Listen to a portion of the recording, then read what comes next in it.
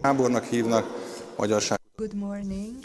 On behalf of the Institute of Hungarian Research, let us start the conference. My name is Gábor Horváth Lugosi, the General Director of the Institute. So first of all, we will have Bársony Bálint and the soloist of the Hungarian Rhapsody project to play us the pieces of music that have been composed for this conference. This is the first time anybody can ever hear this music, so let us listen to them. Thank you very much.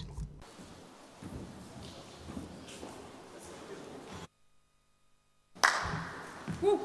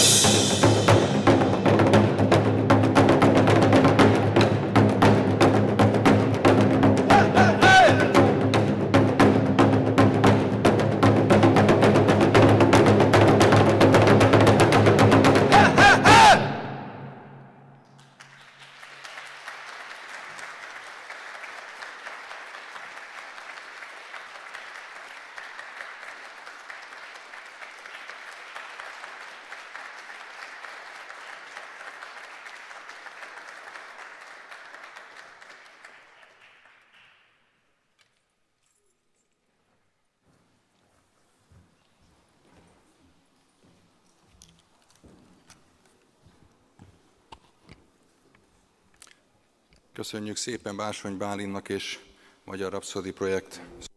So much for Bársony Bálint and the Hungarian Rhapsody project for this nice introduction. This could have been something when the horsemen and also the fighters started to launch a campaign where this is the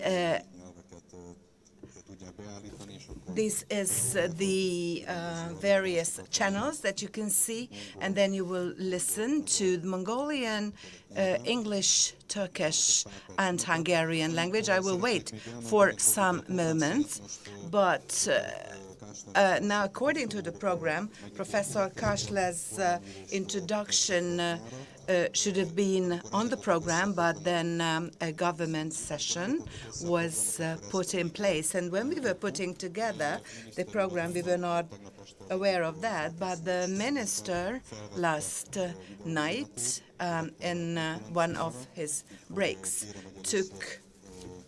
recorded his greetings, and so first and foremost, please listen to the words of Minister Kashler, who will inaugurate this conference. I very much hope that you managed to set the various interpreting equipment. Ladies and gentlemen, please allow me to apologize for not being there with you in person because of some other duties of mine. It has always been a decisive part of the Hungarian identity, our origin, our ancient and indigenous origin from the East, and all our traditions, our culture, and also the mission, and which has decided both that of our ancestors and the dynasty, the Arpad house motivations, and also the fact that we belong to the nation, to Europe and Asia, and how we relate to the past. The medieval chronicles and sources unanimously were quoting the origin of the Hungarians being in the East and their relations to Huns and the Scythas and our common origin. The thing that our predecessors were confessing about where we originated from, well, this is something that science has recently started to prove. The pictorial chronicle, Képes Krónika, starts out with the description of this unparalleled, rich history of the Huns and the Hungarians, Hunor and Magor, describing that the Huns, the Hungarians, already in the time of Attila appeared in the Carpathian Basin, and the conquest of Arpad was considered to be the second entry into this region. We do know the fact that we come from the East. We know how our migrating tribes appeared here. We know their art, their various artifacts and objects that they're using. We are detecting more and more objects, so that owing to the fantastic development of the 21st century science, there are more and more disciplines in various sciences that can prove with whom we related to, who were our relatives, and where did we live during these long centuries. We are extremely delighted. I am extremely delighted that from Ulaanbaatar to Denver and from Moscow to Amsterdam, all the scientists were actually taking the venture to share with us this new and advanced science that that they found about the Huns, our common ancestors.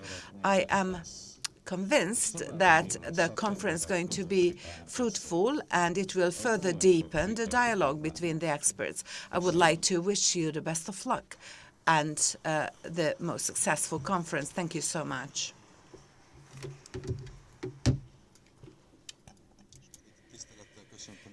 And now I would like to welcome here Mr. Batnasama,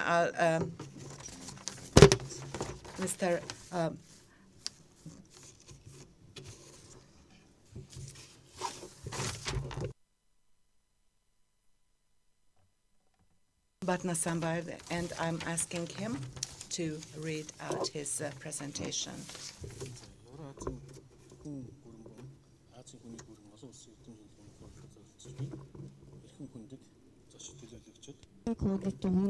Please, I would like to welcome you, and I would like to welcome all the researchers who participate at this conference organized by Magyarságkutató, and I would personally like to welcome and, with due respect, express my thanks on behalf of the Mongolian Academy of Sciences to the director of the Magyarságkutató Intézet. The Mongolian Academy of Sciences and the Magyarságkutató Institute started our cooperation in June this year at the detection of the tomb in Mongolia. In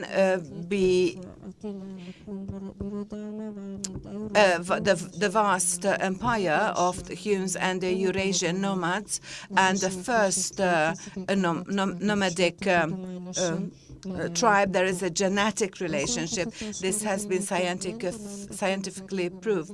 And in addition to that, there are various rumors about the relations of the Mongolians and the Hungarians in terms of their relationships and cultures. As a result of these archaeological discoveries, this could have been proved as well. Actually, this is an exchange of information as well, which this conference is meant to be very good in terms of strengthening these ties and allowing that more and more facts are surfaced.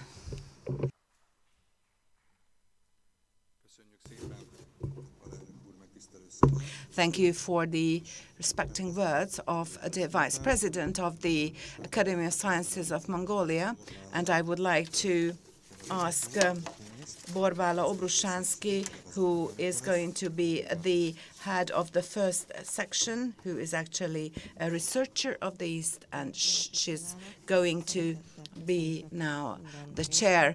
So good morning. I would like to welcome all the participants. I would also like to say a few introductory words. I'm actually absolutely delighted to participate at this conference, first and foremost, that finally we can talk about the HUNs with this renowned researchers, and that we are able to present to you the scientific results from Asia through Europe. And I'm also extremely delighted that the Bilhi excavations that started this year have come to have been quite successful so far, and I very much hope that next year it is going to continue as well. I'm also quite delighted that my former teachers and professors and colleagues are also present here from Mongolia, and they will also present those results that have been known all over the world already, and finally the Hungarian audience can be familiar with it. I would like to ask Erdem Bayer, professor, because he was the one who discovered Olmot II, and I'm asking him to deliver his presentation.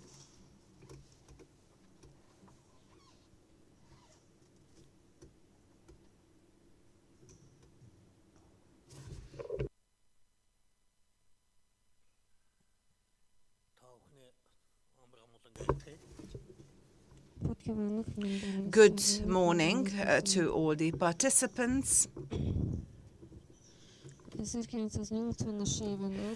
In 1980s, I had a teacher, István Erdélyi, who was my Hungarian professor, and he kept telling me about the common origin of Hungarians and Mongolians. And today, we have the opportunity to discover this to talk about the discoveries at the scientific conference, and I'm very, very delighted. I would like to say thanks to the Magyarságkutató Intézet, to Professor Gábor Horváth Lugasi, and also to Borbála, the ambassador, that she also facilitated that Mongolian researchers could also participate at this conference. I would like to hand over a small token to you.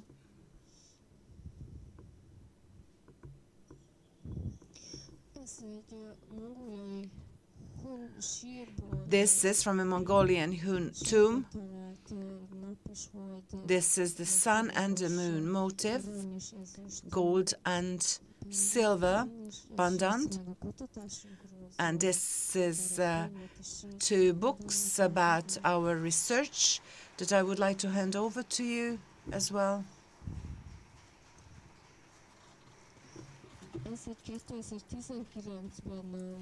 In 2019, this is a catalogue about the excavations from 2019.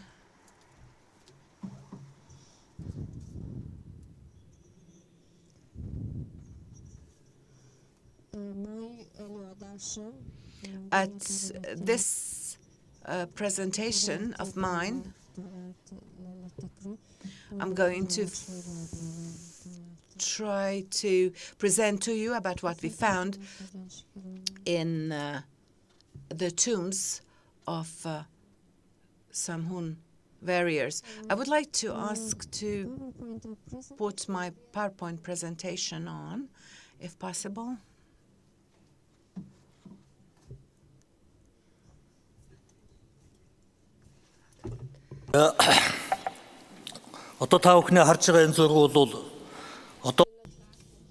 So what you can see here in the screen is from Mongolia 100 years ago. It's one of the finds between 1924 and 25 in the area of Mongolia. Kozlov carried out archaeological excavations, and they are the drawings made by him, and the bold black areas are where the excavations were made. And this is tombs indicated in red in the map of Mongolia. This is where we carry out excavations on the tombs of Hunnic kings, Han kings.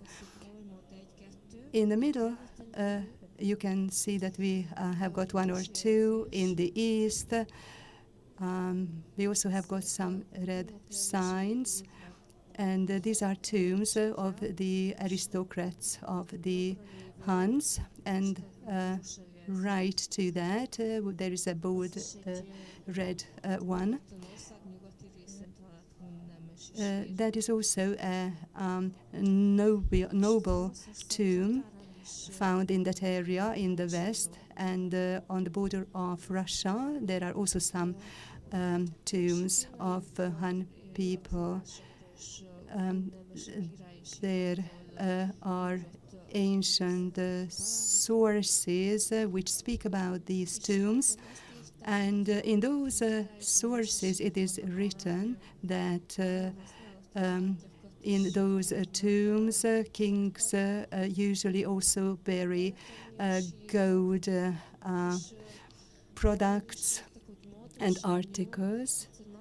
And it is also written there that Magyarságkutató once was very angry because these tombs were also robbed, and that's also which is mentioned in the chronicles in China, in the Chinese chronicles. So you can see that unfortunately the tombs of the nobility have often been ravaged and robbed.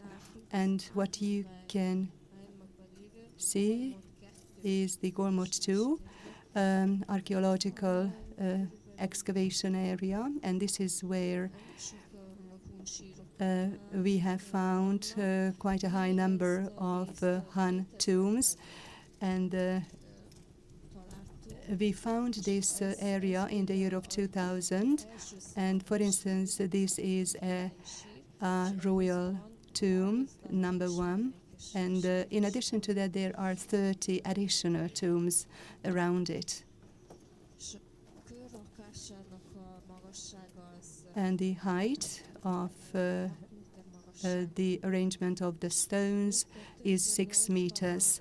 In 2008, we explored 30 additional smaller tombs, and only later we started to explore the elite tomb.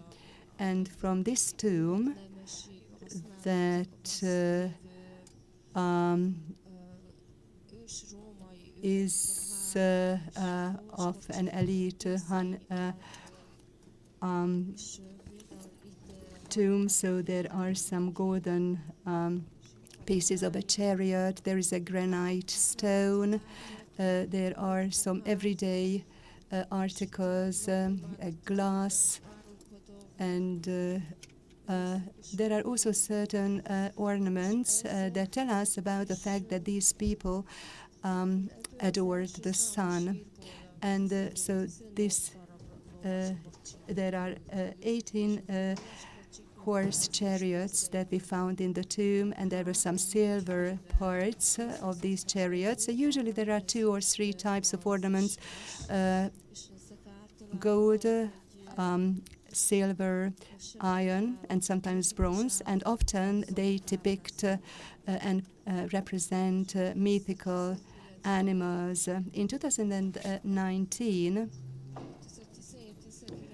that is between 17 and 19, we investigated Golmo 2 once again together with Chinese researchers, and based on that research, the number of HUN tombs increased by 100. And in these tombs there were no stones, they were only covered by earth, but we will continue further explorations and research, and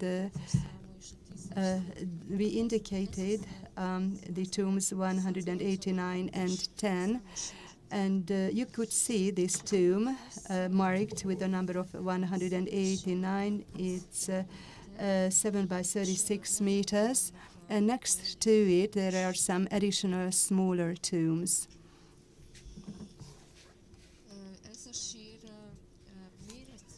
So, by size, this is a middle-sized tomb, and it provides us good evidence. Unfortunately, this is a tomb which has been robbed.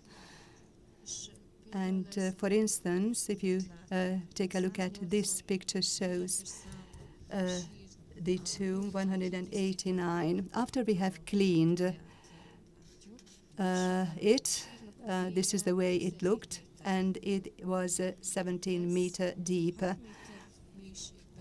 At depths of 6 meters, we had some wooden planks.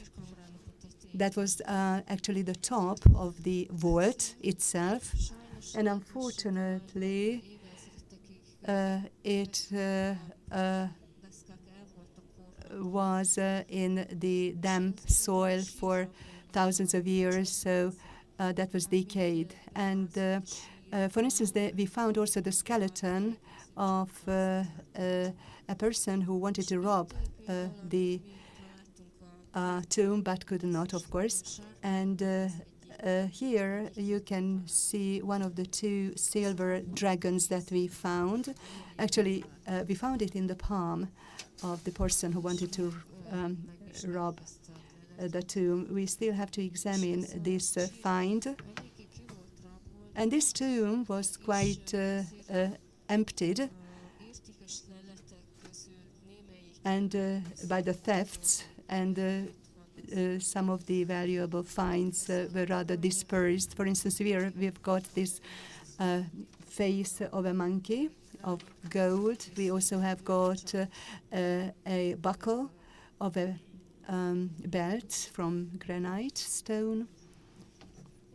And these are also the ornaments at the end of the belts, made of gold, and silver crescent shaped ornaments were also found there, and unfortunately they were scattered around. But that was an authentic HUN find, and we here also got a bronze cauldron. We also found some bronze bells. And this shows a tool which fixes the horse to the chariot. And we also, as I said, found a couple of silver dragons. And this has been selected as one of the best 10 finds in the world. So the height is 3.5 meters. It is solid silver, and the antlers were made of gold. This is Golmot 2, tomb number 5. This is relatively small, 4 by 5 meters, and there was one additional tomb. And in 2013, a similar size tomb was explored. That was a tomb of a child. That was marked number 10. Well, at first sight, that would be the tomb of a small child, but actually it turned out that that was the tomb of a man, 45 or 50 years old, because the remnants of this man were also found. At the top of the vault, we also found 15 horses. That is the bones of these horses, as they were also sacrificial horses. They were sacrificed. And there was a double wall of the vault from wood. Between the two walls there were earthenware and bits of horses and silver ornaments. And on those ornaments there was a mythical animal with with wings, and it was an ibex with one horn, so it was a mythical animal. And we also got fables about unicorns in Europe, so probably then this animal style was related to the elite. In our research book of 2001, we depicted the petroglyphs and with some chariots, and we also have got some properly preserved ornaments and articles. Very often we found HUN cauldrons. This is also a very frequent find here in Hungary.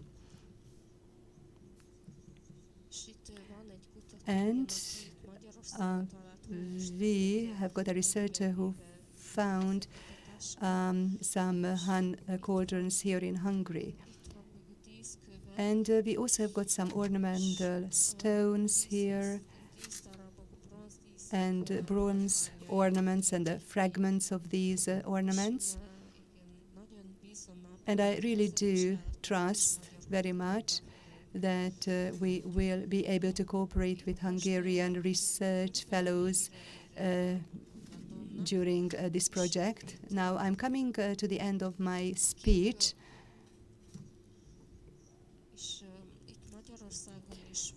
And here in Hungary, there is a smaller group who say that they are the descendants of the Huns. And this cauldron in the right-hand side is a cauldron which is still used in Hungary in the villages.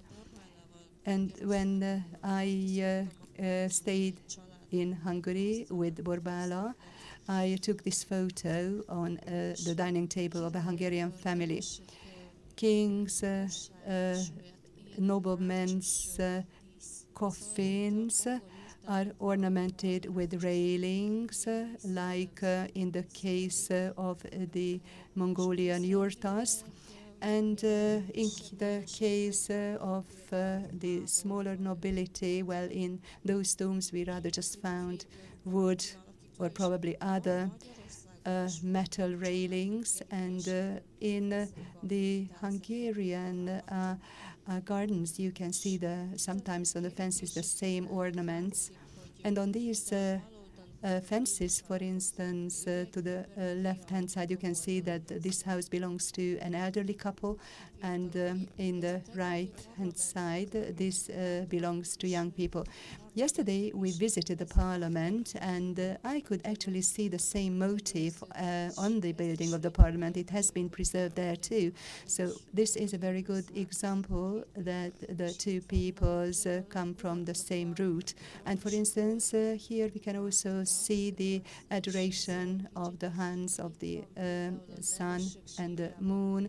In the tombs of the nobility, we have got these from gold, or if they are lower-ranking people, these ornaments are made of iron or wood.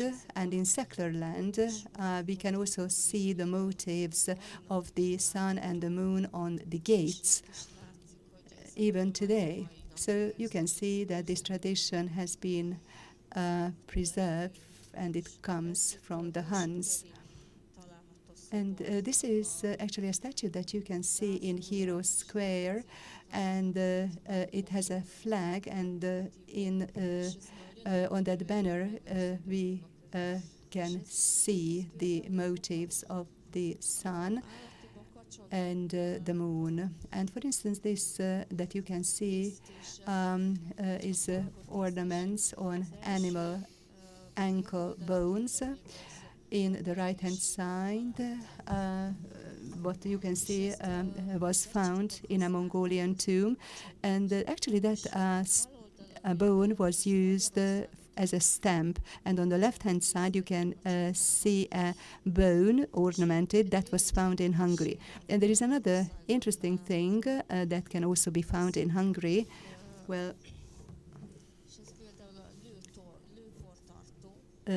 for instance, the gunpowder skeith of the Hungarians, who say that they descend from the Huns. And on the left-hand side, this is a picture showing the finds in Mongolia.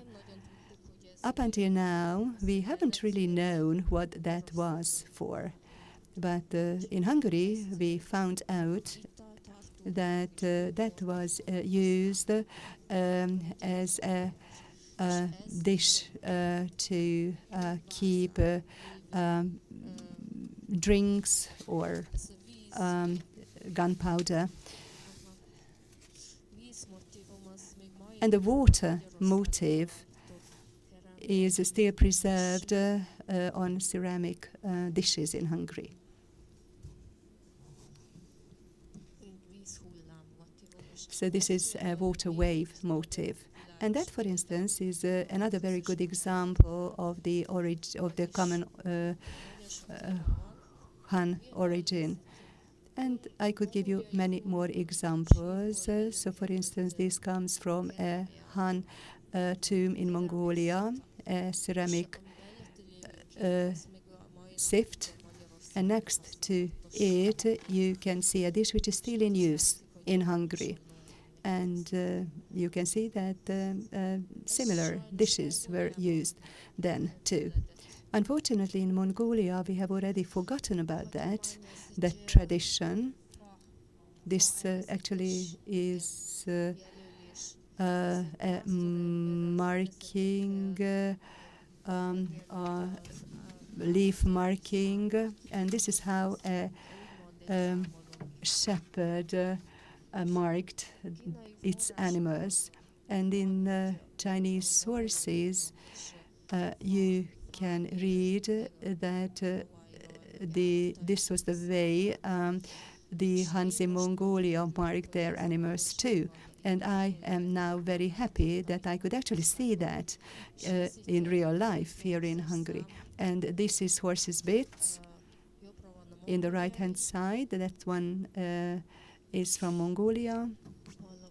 And on the left-hand side, you could see the wooden saddle used in Hungary.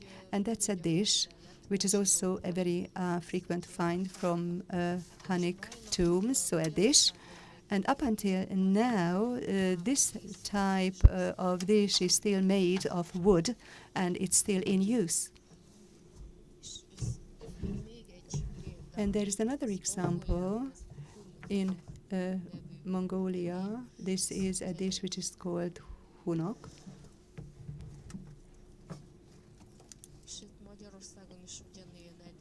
And we can find the same kind of dish in Hungary too. In the right-hand side,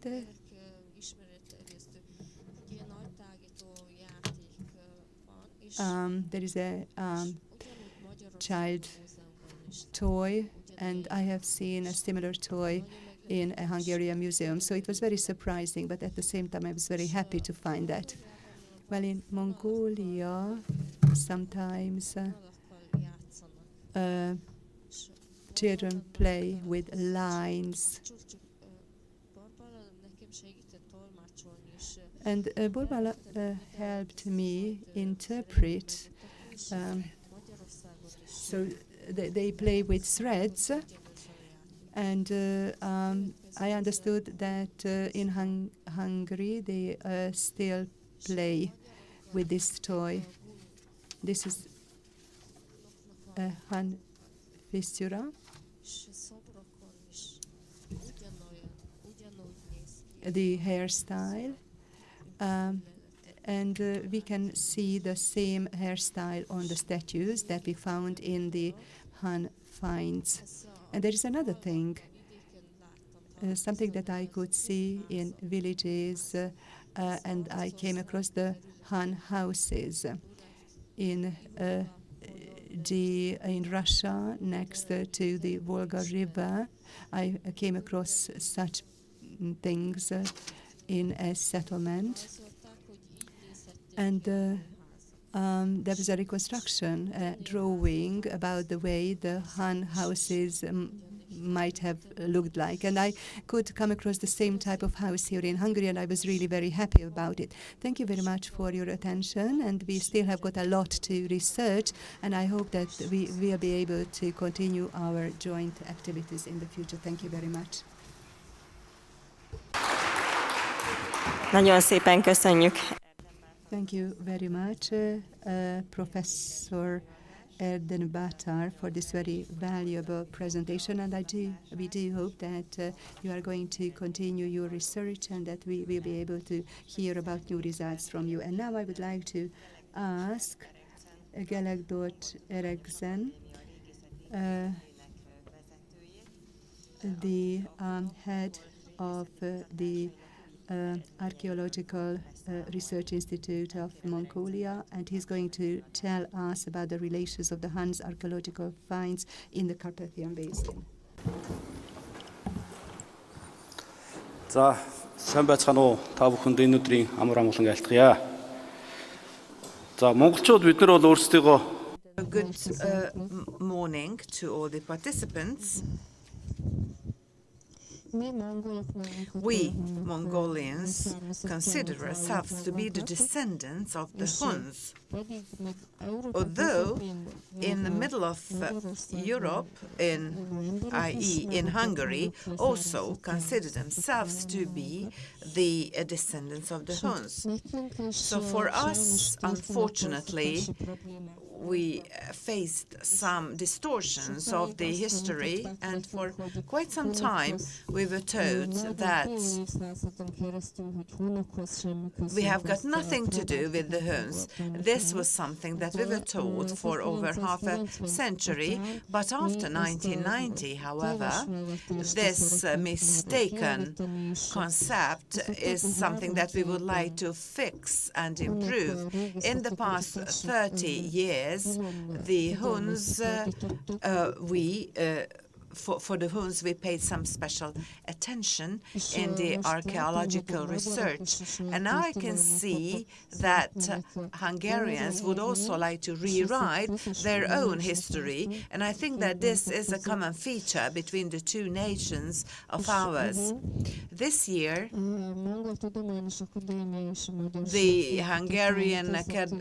Mongolian Academy of Sciences and Magyarságkutató Intézet launched a common project, and in this summer this year at the Bashil mountain near Ulaanbaatar, we started to excavate as a cooperation some Hun tombs, and this has been ongoing successfully. This research, furthermore, is going to be between Hungary and Mongolia, especially the Asian Huns and the European Huns. Well, this is the bloodline and the cultural relationship. What this is that we would like to research scientifically with archaeological and the genome type of methods. We would like to detect this and prove these work has been ongoing quite successfully. We are very delighted about this. And we now arrived to Hungary, who confessed themselves to be our relatives and the descendants of the Hungarians. This is what we're going to talk about, Attila's Han or Hun Empire, and many researchers, together with many researchers, we as Mongolian researchers also participate at this conference. We are truly delighted about that, and the head of the Magyarságkutató Institute, Gábor Horváth Lugosi, is a person to whom I would like to say thanks. And now I would like to share with you the latest results of the Mongolian and Hun research.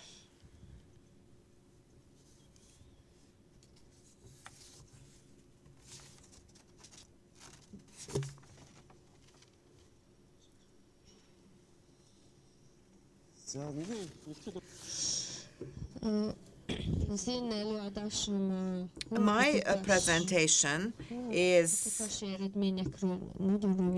going to be very briefly about the Hun research results.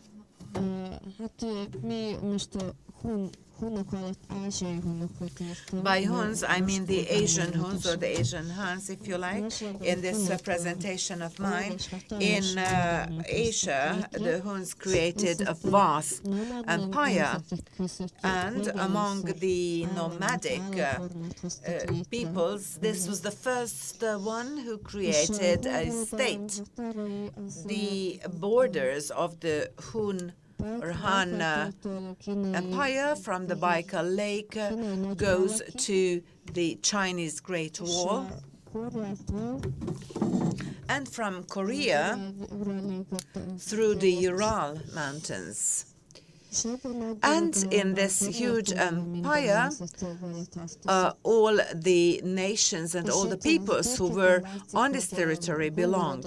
So here you can see that the Huns empire's size was much bigger than today's Mongolia. Not so long ago, Well, this has been the Mongolian Empire. This was the size of the Mongolian Empire. The HUN research started back in the 18th century.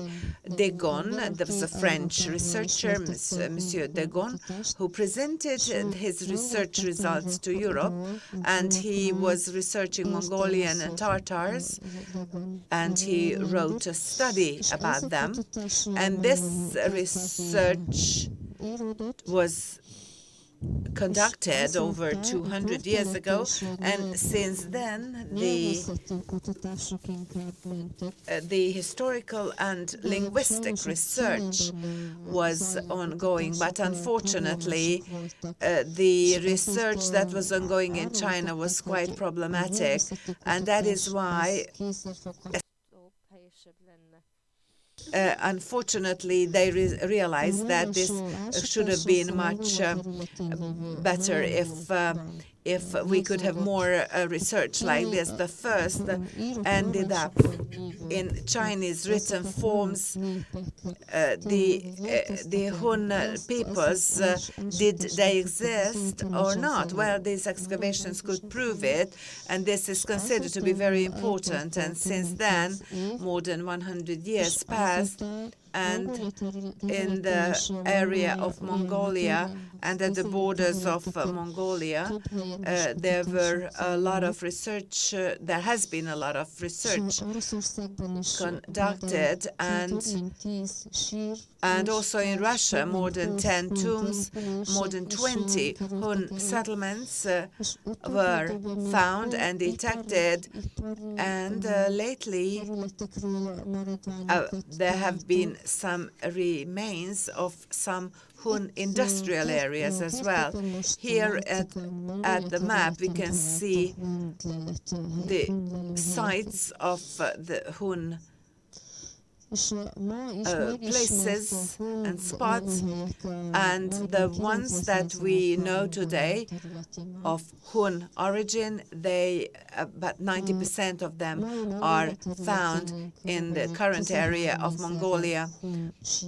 And the current and present area of Mongolia, today we can find over 13,000 HUN tombs. So we can see that the HUN archaeological, the largest source of HUN reminiscence and HUN artifacts can be found in Mongolia. The tombs and the various objects and industrial objects, if you like.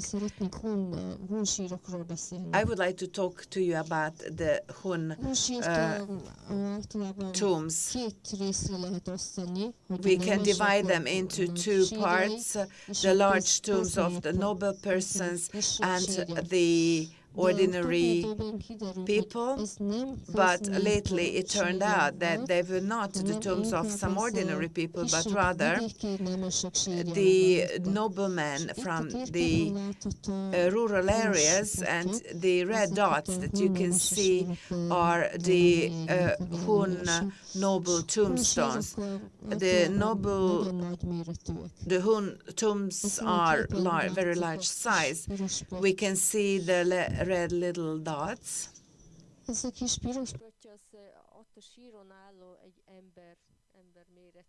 And this, the size of a human, this is what you can see. And if we can see it, well, this is found in Dornot County, and this is this is what that I'm had of the excavation, and this is 90 meters long. And here we can see that the HUN nobleman's tomb, how big a structure this was, and also from the architectural perspective, these were very, very complex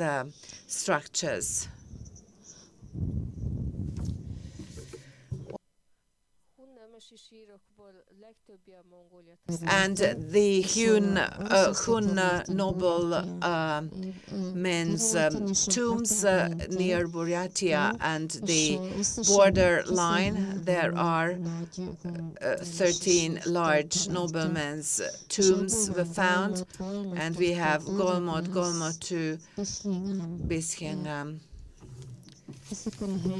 So at these places, because we also started excavations and Mongolians together with foreign experts, we have been working on the excavation of about 28 tombstones. We can see that this is a square form, and this has an entrance form at the neck, and this next to this large nobleman's tombs. There are also some smaller ones, and we can say that this is a lot of tombs altogether, not just one single. And there are also various sizes. This depended on the rank of the nobleman. The largest is 90 meters, the medium size is 50 meters, and the smallest is from 10 to 20 meters size. The HUN noblemen's tombs are very deeply dug, very deep, so we have to dig it step by step. And also they say that the HUN tomb is like a pyramid turned upside down, and the professor who discovered this tomb, this is what we can see. This is 22 meters deep, and this is 5-6. This would be like a 5 or 7 story building. And here we can see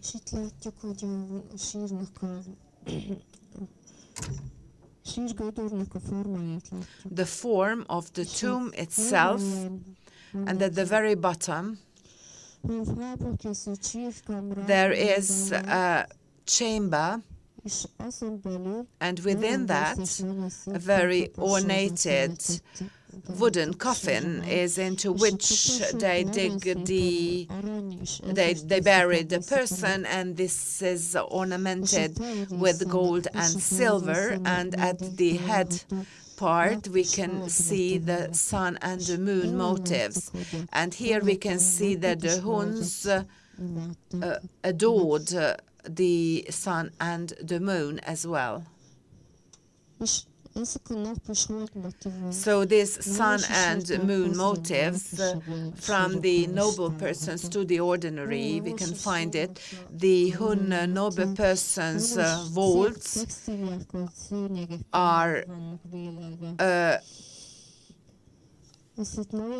decorated with beautiful rugs. Here we can see that we found in 2002, made in Persia, this linen, and next to it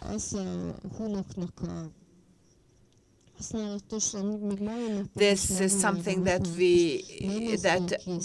the Huns use, but it is also used today in Mongolia by pets. This is like a floor rug, it's a carpet. The wooden coffins and the floral ornamentation, which is quite similar to the wall of the Mongolian yurta. And this is made of gold and iron and stones as well. And this depended on the rank of the person who was buried. And also from this, it was obvious that the HUN state and the empire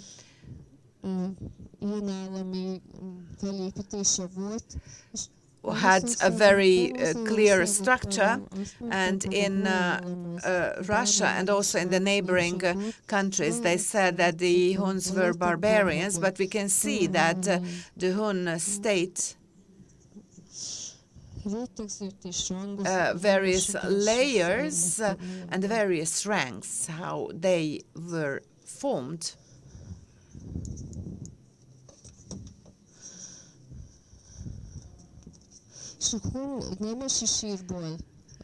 From the Hun noble vaults,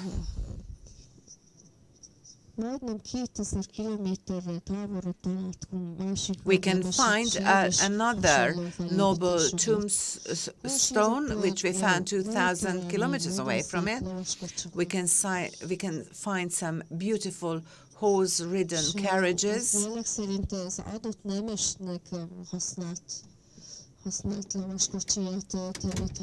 And they buried the horse-ridden carts as well, together with the person, so that the spirit should go over to the other world. And of course, there are some Hun cauldrons, which were coming. You can find them all over the place, Mongolia as well, and Hungary as well. And this is one of the largest artifacts. Here we have something that also Erdem Batar professor presented to you. These are decorated by animal motifs and made of gold and silver, usually depicting unicorn animals. And our research so far shows and proves that related to the Hun kings, we can see some unicorn animals.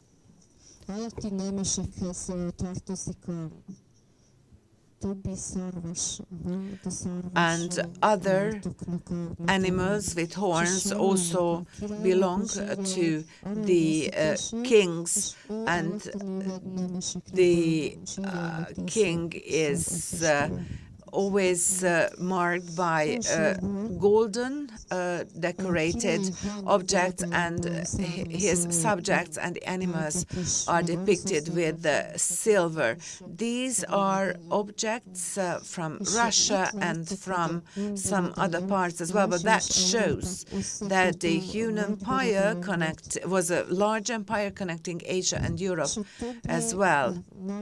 And the other large countries were interconnected to it. So the Chinese Han Empire artifacts you can see here in the picture, like the various silver artifacts, these were made in Rome or Persia, silver artifacts. And these, if that was only made for noble persons, this was not something you could buy. And here you can see that there was a straight relationship with all the other empires. Among the Hun tombs, there are some smaller types as well, with no entrance whatsoever.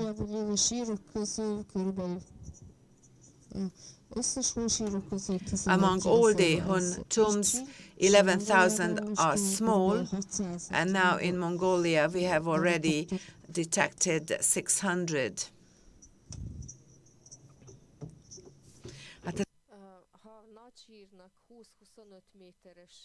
The large tomb has a diameter of 25 meters, and the small ones 5 or 6 meters.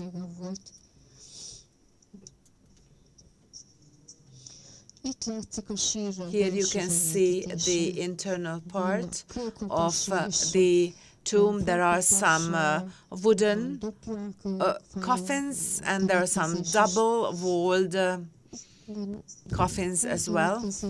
And this is a Hun burial site, and one of the typical features is the sacrifice of a horse And the horse, we think,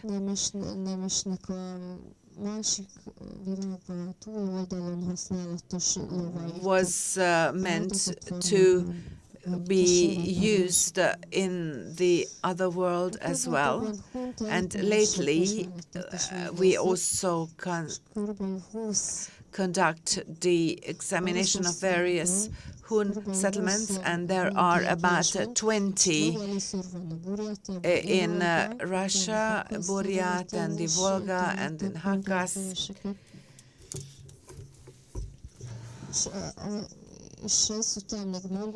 And of course, also in the Mongolian area, in the 1950s, there were some HUN settlements as well.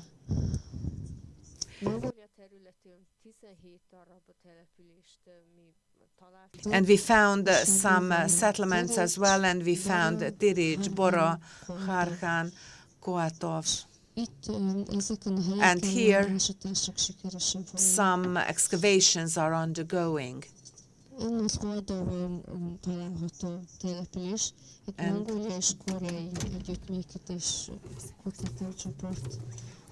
there is a research group that was conducting this for 3 years. We thought that this is a sacrifice place, but then it turned out that this was a handmade small lake. And these were also surrounded by some ceramic walls as well. And at the picture that was reconstructed, so this is what you can see. And these are just the seasonal places, seasonal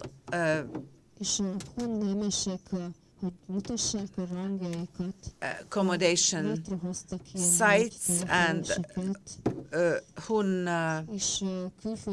noble persons, so that they could see whatever their vast empire looks like. Here we can see the houses of some HUN. Cserépben nagyon szép díszeket is tartalmaznak. Itt látszik pár cserépdíszek.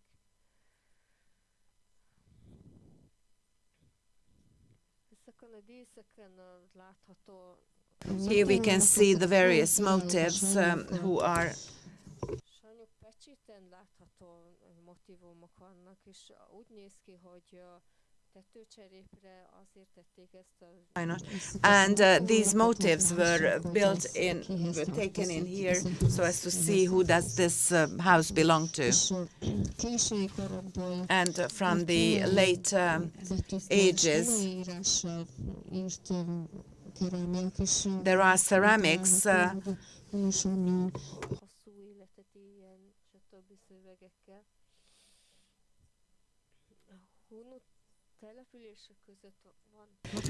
among some HUN settlements. There are some fortifications as well. So this is the southern part of the HUN Empire, which we can see in the south.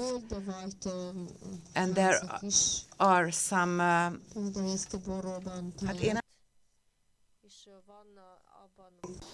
So there are houses in the earth, and it also has got some heating system.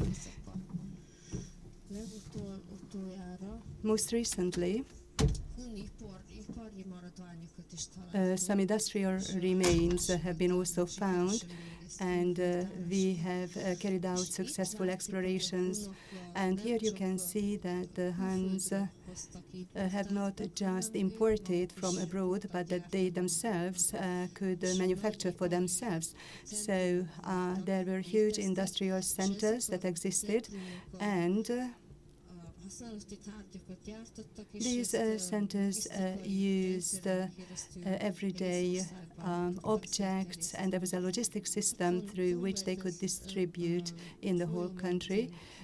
Along this river, here we have got a smelter of iron ore, and we have got some ceramic kilns also that we have found.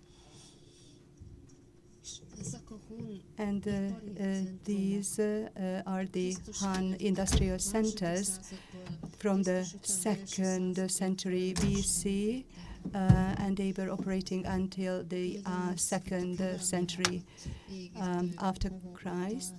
So we have found some kilns to burn ceramics, and they have been produced in different centers, and they have been distributed there. And that is why from the Han tombs in the country, similar ceramics are surfaced. And here we've got some Han iron ore smelters. We have found 3 different types. The types mean that they date back to different times. And also from the other tombs, we have found some iron products. And this actually shows that the Huns could actually manufacture the objects that they used every day, and these are the smelters that represent very valuable finds. So this is the blower of the smelter, and you can see that these smelters have really been very highly developed. And in addition to the many such finds, we also have got some petroliths in 10 different spots. They are different than those found in the Bronze Age. So you can see it by the animals from the Bronze Age. The animals are very simple, and those animals that are from the Huns are in movement, and mostly they are depicted from the side. But there is going to be a whole presentation about that, so I'm not going to speak too much about this topic.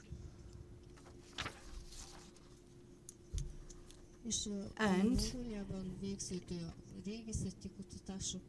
from the archaeological exploration activities in Mongolia, the biggest one are those that are related to the Huns, and we would like to continue that and to extend that, and we are very happy that together with the Institute of Hungarian Research we can carry out some natural historical research work as well. And I wish a lot of health and success to everybody who are here at the conference. Thank you very much, Mr. Erexem, for this excellent presentation. And so far, we have heard about the Asian Huns. És a Oroszország-Bajkál tavi részén éltek. Most egy picit menjünk nyugatabbra, és nézzük meg a hunok Kárpát-medencei régészeti hagyatékát. Erről Makoldy Miklós, a Magyarságkutató Intézet régészeti kutatóközpontjának igazgatója tart előadást. Felkérem Makoldy urat, hogy tartsa meg előadását. I'm sorry, but I have not the interpreter comments that we haven't heard. Now the sound has come back. Thank you very much. Let me welcome our friends, the professors, and I managed to visit Mongolia twice this year, and I dare say that this has been a defining experience of my life, to go out to the country from where the Huns started out towards the Carpathian Basin. I would like to tell you during my presentation that here in the Carpathian Basin we are in a rather similar situation as the Mongols in Mongolia, because we here are talking about the Han origin, and we've heard that it was a secret for 50 years. Well, in Hungary, this secret has got a tradition of hundreds of years, but the new research, the new results show that our chronicles in which it is written down that we probably come from the Huns, that these chronicles tell the truth. Well, at the beginning of my presentation, I would like to say that actually the history of the Huns has always been written by their opponents. Természetesen eddig ugye az ázsiai hunokról volt szó, akiknek a nyugatra vándorolt rokonai Attila hunjai. Jól látható ezen a római ábrázoláson, ami Attilát ábrázolja, hogy még a hajába ilyen ördögszarvak is bele vannak faragva, ezzel is mutatva, hogy ő egy ilyen a nyugatiak szemében egy Európát elpusztító sátánfajzat gyakorlatilag. Ez természetesen érthető, hiszen Európa a hunok ideérkezésekor gyakorlatilag a római birodalom összeomlott, térdre kényszerült, és Attila volt az, aki megmutatta itt Európában is, hogy nem csak a görög alapokon épülő római birodalom létezik a Földön, hanem bizony keleten is vannak olyan uralkodók, akik meg tudják mutatni Európának, hogy létezik sztyeppei civilizáció is. A középkorban ez még tovább ment, tehát hogy Attilát ugye a nyugati filmek... In the Middle Ages, we could see that, and in the 20th century,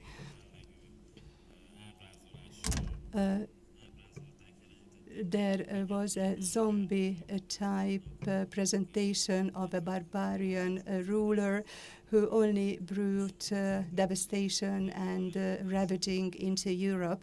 And I was very happy to hear the previous presentations because you could see that the Huns in Asia, when they set out from Asia, were building an empire that they could repeat, that could be repeated here in Europe by the Huns of Attila, and from the Chinese Great Wall to the Atlantic Ocean, they could build their empire by the 5th century, the area of the steppe. So this presentation behind me is not well founded. So once again, this was written by the enemies, so it comes from Western Europe.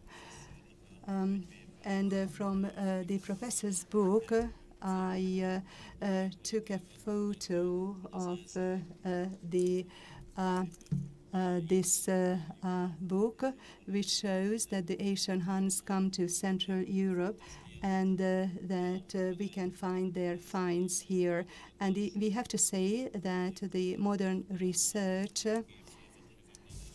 after a long hesitation, can prove again that the Asian and the European Huns are the one and the same people, so we should not debate that anymore. It can be said as a fact. But to go towards the ancestors of Asian and European Huns or towards an earlier civilization, I actually must mention that we have to put the Scythian Empire into a bigger context, because the Scythians are also an Eastern group of people who came as far as Europe. They also come from north, from southeast Russia, and their earliest tombs are in Tuva, and they come as far as the Carpathian Basin. This is not an accident, because it is the last station of the Euro-Asian steppe, which is an area still good for a nomadic lifestyle. There is the big Hungarian plain with the same conditions that you can find in Mongolia. And this photo that you can here see was taken by me in Inner Mongolia in the Ordos Han Museum, but that does not just present the Huns, but also the Scythians and also the ages later, and it is very characteristic of this map that they can think in terms of Euro-Asia, just like the Mongols. But contrary to that, the European research up until 2000 had only been able to see as far as Ural, but they had not dealt with the finds to the east from the Ural. We can say that István Erdélyi, who started the pioneering work in 1961, could first reach Mongolia, and he carried out some work which was really unique.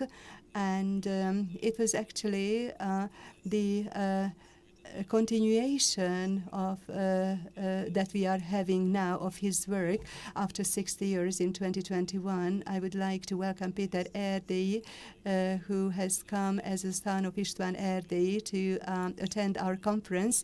And I'm really very pleased that I can stand here now, and that 60 years after the start of Mr. Erdélyi's research work, I could go to Mongolia, and that I can once again project maps in Hungary in a PowerPoint presentation that embraces Euro-Asia. And if you look at the next German catalogue, you can here see that it is concentrating on Europe, and it also presents some excavation sites, but this is actually the whole Mongolia and China. These areas are missing. So it is the inner cover. And in Hungary, István Hans and the great kings. This is an important work of literature, and this is what the HUN research can rely on in Hungary. The Euro-Asian steppe is the part in dark green, and the Scythians, a couple of hundreds of years before the Huns, and the later peoples, and we can mention about the Mongolian Empire in the 16th century. So this actually has been the zone where these peoples have been moving around. And it's important to mention that the steppe region, as you can see from today's research, was not just the scene of battle of different hordes, where the different peoples push around each other. But this is actually an area that has to be considered as civilization, and very high culture has been created here in the steppe area, just like Greek, Roman, Indian empires. There was just one difference from these so-called high cultures, that here in the steppe, unfortunately, no own written sources have been preserved. And unfortunately, this is a deficiency which has derailed the research so much that these areas are not considered to be civilizations or empires, although they were the same empire as the Roman Empire. If you go back even before that, and it is important to say this, that already since the Bronze Age, there have been around Mongolia, the Tarim Basin from China, there is a mummy that I brought back. And from 1800 BC, they had pronounced that since Bronze Age, people here had been Caucasian, European, and genetic research and anthropological research also show that the Scythians and the Huns typically belong to a European, Caucasian group of people. But before that, in the Bronze Age, European groups went to the east, and from Europe from the South Russian steppes. They meandered. The Yamnaya culture was the first Bronze Age culture that domesticated the horse and that they set out to the east. And this Europid Caucasian bloodline that can be seen in the Bronze Age and in the Iron Age, also in Mongolia. It goes as far as the Huns, because when in the second century the Asian Han Empire collapses, the Xianbei people appear, and basically speaking, in this way, with the collapse of the Han Empire, a Mongoloid anthropological change appears, which by now have caused the disappearance of the European characteristics in the East. But it is important to show that the Asian Huns had also been Caucasian. And let's remain in the Durham Basin, which is an arid area. Some tombs have been preserved. So once again, this is 1,800 to 800 BC from Bronze and Iron Age. Because it's dry, the wood has remained, and these are like copia posed at the heads of the dead people, and there is a fence around the cemetery. On the tombs, we have got wooden coffins, as if they were boats turned upside down. You can see that the pose, once again, are very typical. I am very happy that Professor Erdenbater has brought up some examples for the different habits and customs of the Huns and how they have been preserved in the current folklore objects. Because, for instance, in Hungary today, you can still see similar cemeteries, for instance, in Szatmár. And I wouldn't say that they are the same pose as those in the Bronze Age Tarimi Basin, but even the boat shape is preserved, and probably they symbolize, these boats, how the dead have to go across a river to go to the other world. And some typical objects, I am talking about general things, because I can see that there are young people also in the auditorium at the conference, so I would like them to remember some customs that connect the Huns in Europe and Asia. The best example, for instance, is the presence of the cicada figures. In the East, these figures are rather rare, but they are presented in the Chinese sources that the Huns wore cicada figures to indicate the rank, and they are made of different materials representing different ranks. In the Carpathian Basin, this figure appears with the Huns, and this clearly proves that Attila's Huns come from the east, from the Asian Huns. And the Western research tried to derail that research. There have been some attempts at the Limes on the Danube, the border that the Huns had attacked and conquered. And in certain cases, we could see some cicada figures in fortresses. And the lesson learned was that probably some of these elements of the clothing were left behind by the Huns, but the conclusion was that these were the cicada figures of Roman border guards, and that the Huns took them over from the Romans. I think that it is such stupidity that it is something that I've heard very rarely. that and how come that these figures are only typical of the border guards around our country. And it is obvious that the Asian Huns also have got the cicada figures, just like the Europeans. I'm just showing, telling you this because the image of Attila that we have in Western Europe in the 20th century still leaves its print on the research. So somehow this research in the West tries to degrade the significance of the Western Huns.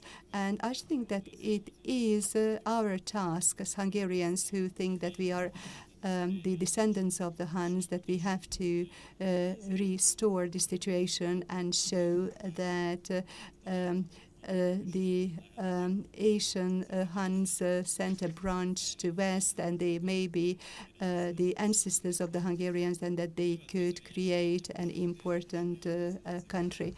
The next object that we have to think about is the Han cauldrons.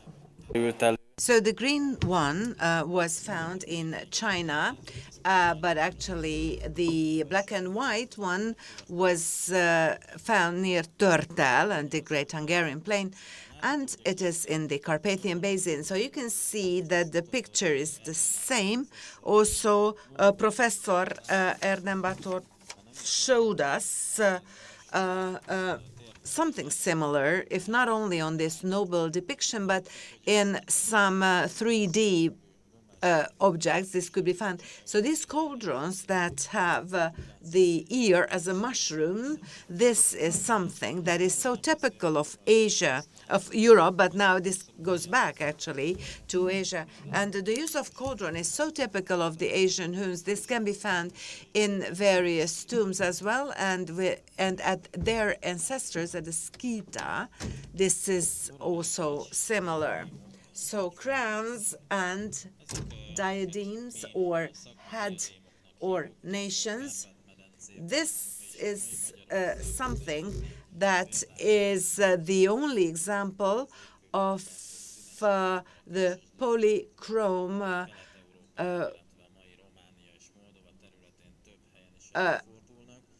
ornated head decorations, which can be found in Moldova and in Romania as well. These were given to some wives of the emperors, and these show and depict that these are the barriers of some very high-ranking women of the East. And this tradition goes back to Asia, up to the Asian Huns, and also to the Skitas. It is not by accident that also the Hungarian Holy Crown is the most is a saint a relic of the Hungarian history. And the partial horse burial, which was done in the Carpathian Basin and so typical of the Asians as well.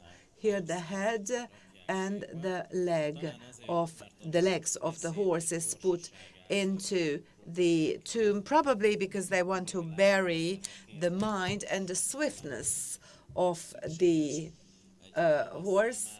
This is probably the two most important elements needed for the horses, so that the horse could also think properly on the other world.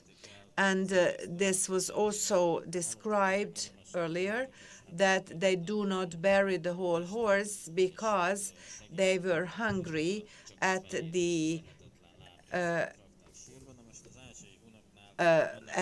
farewell of the dead person, and therefore some other parts of the horse had to be eaten.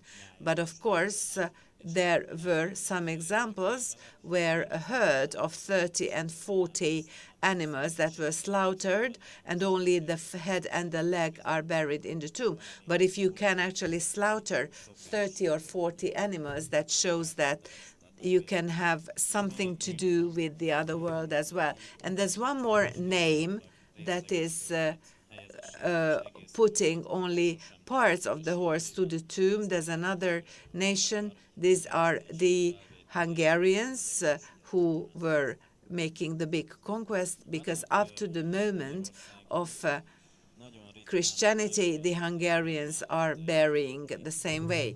This is something that we found near Győr. This is a wooden statuette of a deer or a reebok, and this is a lucky situation when a wooden statue is packed into a golden foils, so this could remain. But in the east and in Mongolia, I had the chance to visit Mongolia twice, and Mr. Eriksen showed the Mongolian Scientific Academy's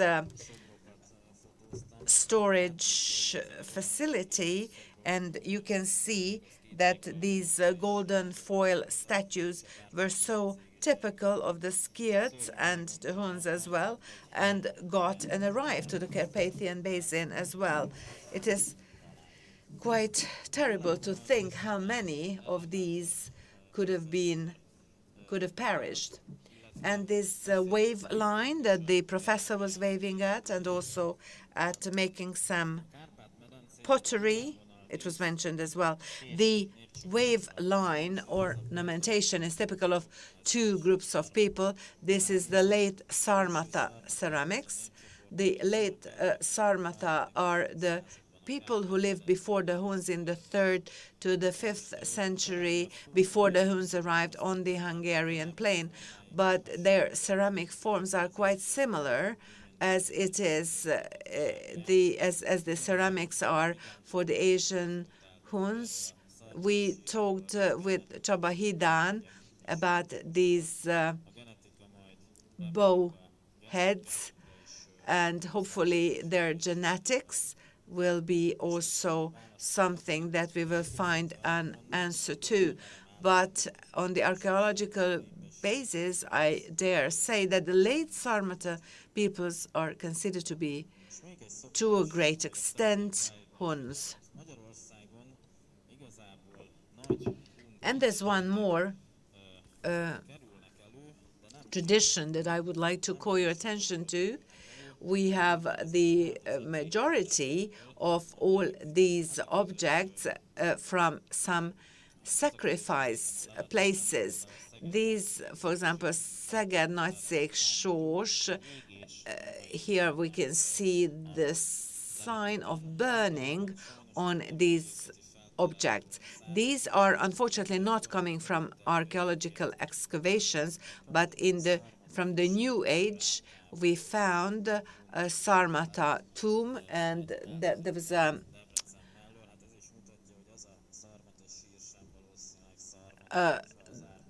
this shows that also in the ditch of it we can see some Hun relics. So it is definitely not coming from the Sarmata age. But presumably, if a noble person died and there is a big fireplace on which these people are burnt, and actually it was Attila to whom this person was related to. So here we can see some very rich collection of relics. Probably the person who owned it was a rich person, and this golden plate with the golden decoration is a drinking bowl, which is quite similar for the Eastern nations as well. And the other one would be the Pannonhalma relics, which is also sacrificing relics. And again, I would like to call your attention to these Asian Hun decorations. This is the decoration of the horse. I'm not quite sure whether this decoration is good or not, but you can imagine how a rich person could be, the person whose whose horse decorations were also made of gold. And they also had some real swords, and how these swords spread from Asia to Europe and get these polychrome cross irons. But also when I was in Mongolia, that at the places where there are some HUN relics or HUN excavations, one can always see some Mongolian relics from the time of Genghis Khan, 13th century. So we can see that the early HUN settlements or tombs or towns were actually respected very much by the Mongolians, because they knew that these were the settlements of their descendants. And this collection is something that we found at Pannonhalma, where the Hungarian Benedictine monastery is located. So even after the Christianity was widespread, even then people living here were absolutely aware. And this is what archaeogenetic studies show, that no matter what kind of heavy migration took place, that only about 5 to 10% of the population is changing, but there are 80 or 90% of the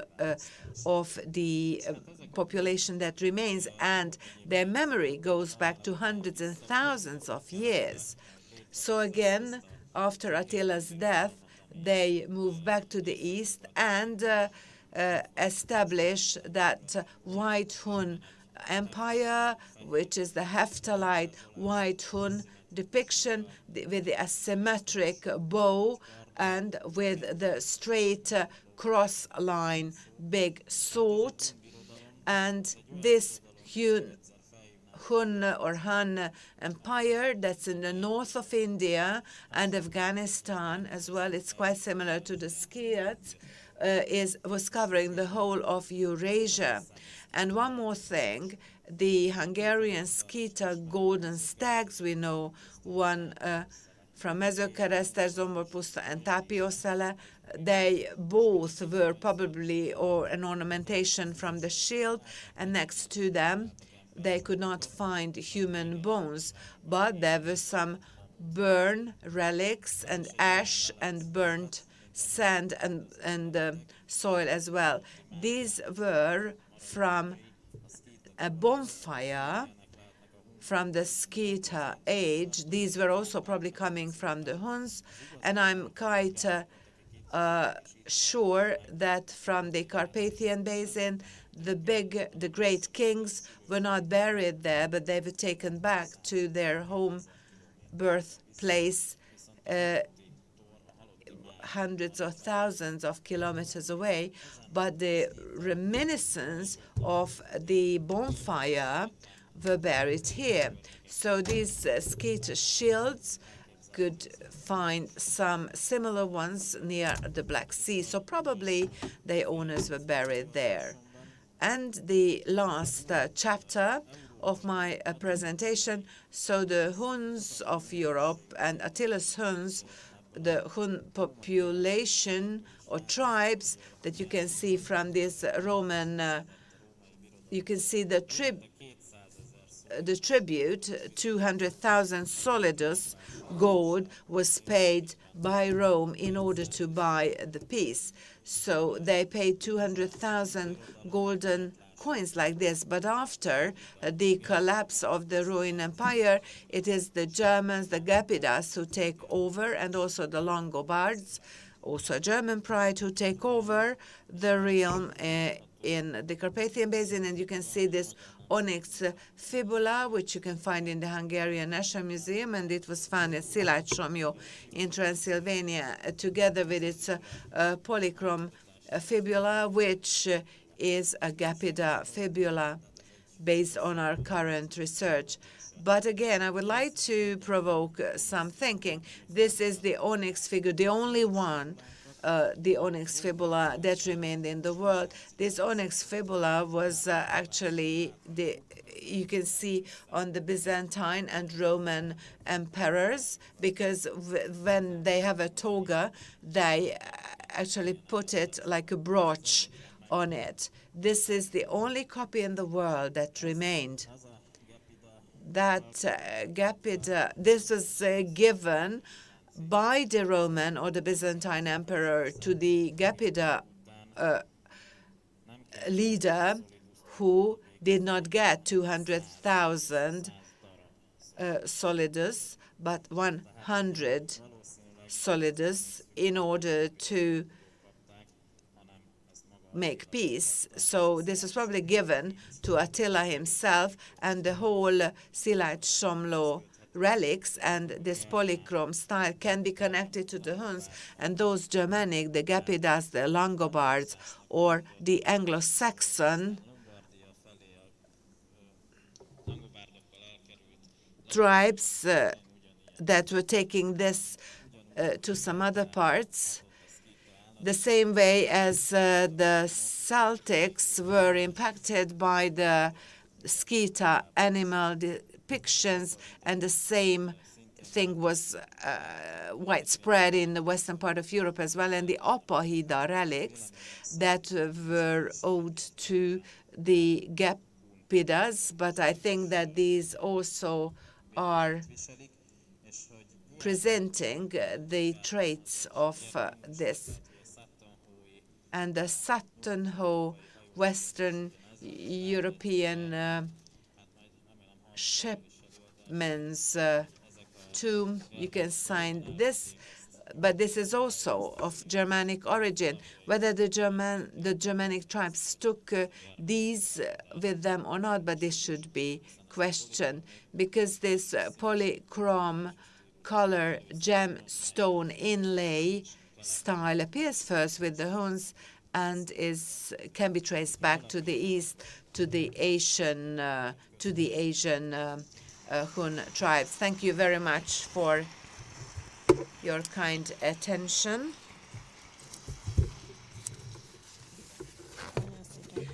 Thank you very much for this extremely thorough and interesting presentation. Now we will have a coffee break. May I call your kind attention that please don't leave now, but here in the exhibition hall, exhibition space, we can see some drawings from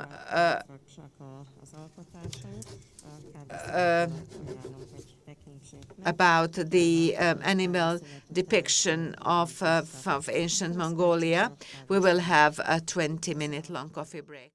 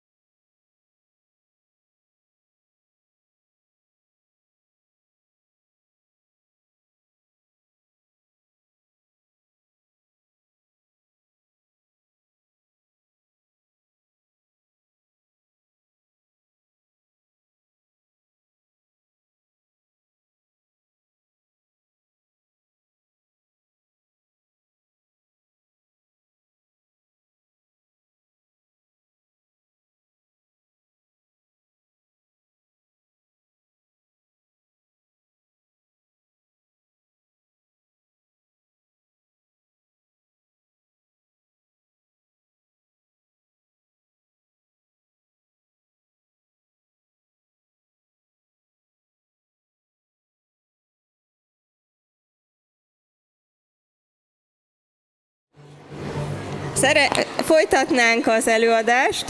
Kérem, hogy foglalják el a helyüket.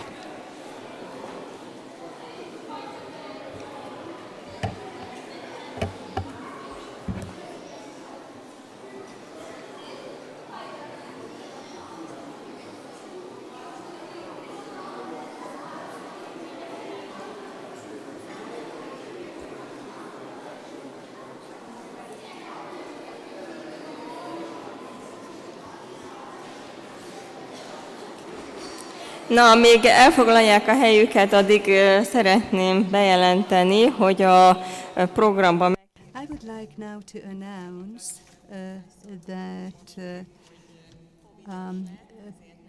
the professor Murtazali Gadiev has just written to us that he has COVID, so he cannot be with us, and instead I would like to ask Sevked Dönmez from the Istanbul University Faculty of Archaeology to deliver his presentation.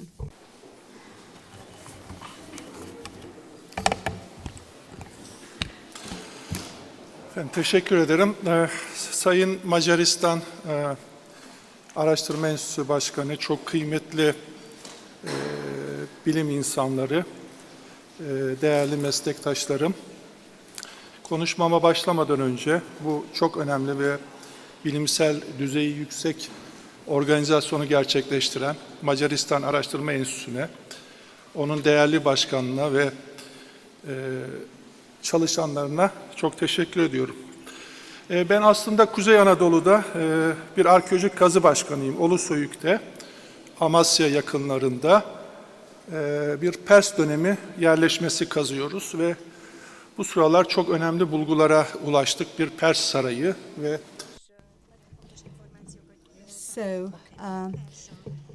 there is very important information that we have come across. We explored the Persian territory, and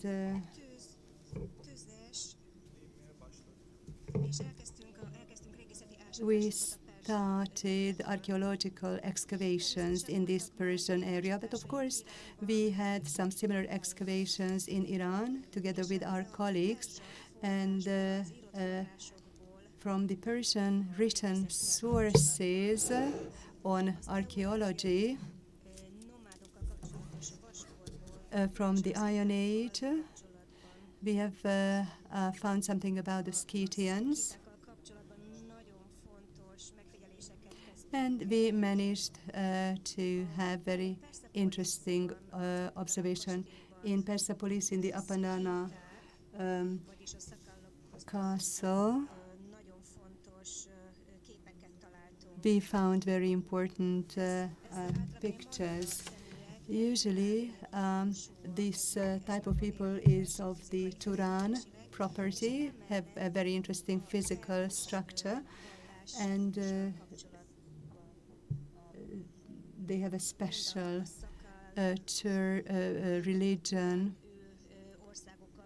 in connection with Turan countries. We have made some very interesting observations, and in addition to that, we explored the origins of HUNs, which is an important discovery. And at this point, we had to think differently. And if you look at Anatolia, when the Scythians came to Anatolia, even if there were not too many of them, as Kurgans, they left their traces in the traditions.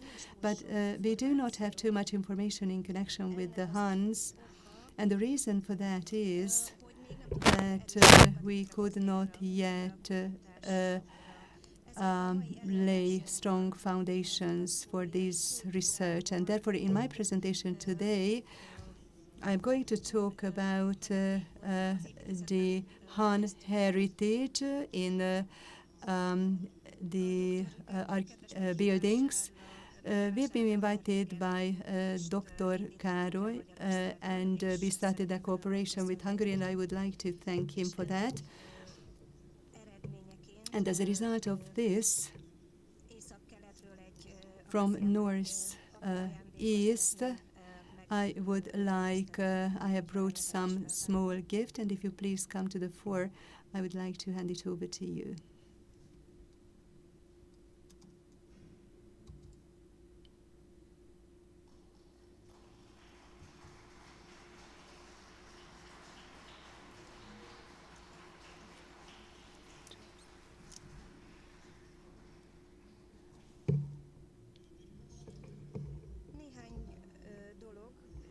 A few things that are rather significant that I'd like to talk about. The Turks are from Central Asia, just like the Hungarians and the Mongols. A special feature of the Hungarians that both in Central Asia and in Western Asia they lived, and therefore in the Hungarian and Mongolian excavations and in archaeology there is some good news that the new generation in Turkey takes a look differently at the Scythian and nomad archaeology. An example for that is that the big empire starts with Attila, and Attila as a name and the name Hakan are used quite frequently in Turkey. There is a big change, and I'm very happy about that. In my presentation today, I'm going to talk about a long wall, which is about 56 kilometers long.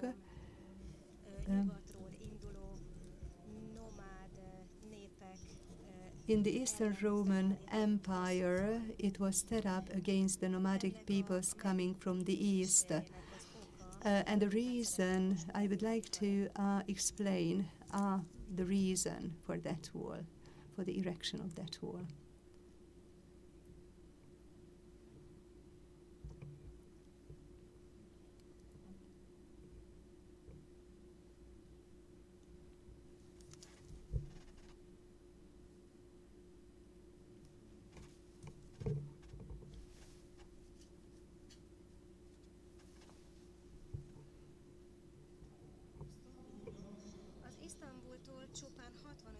It is 65 kilometers west of Istanbul,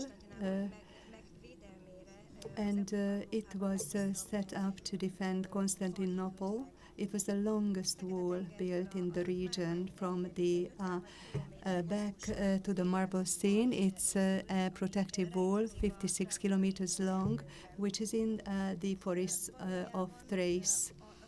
And in effect, it represents the Roman military architecture. The name is Rimes.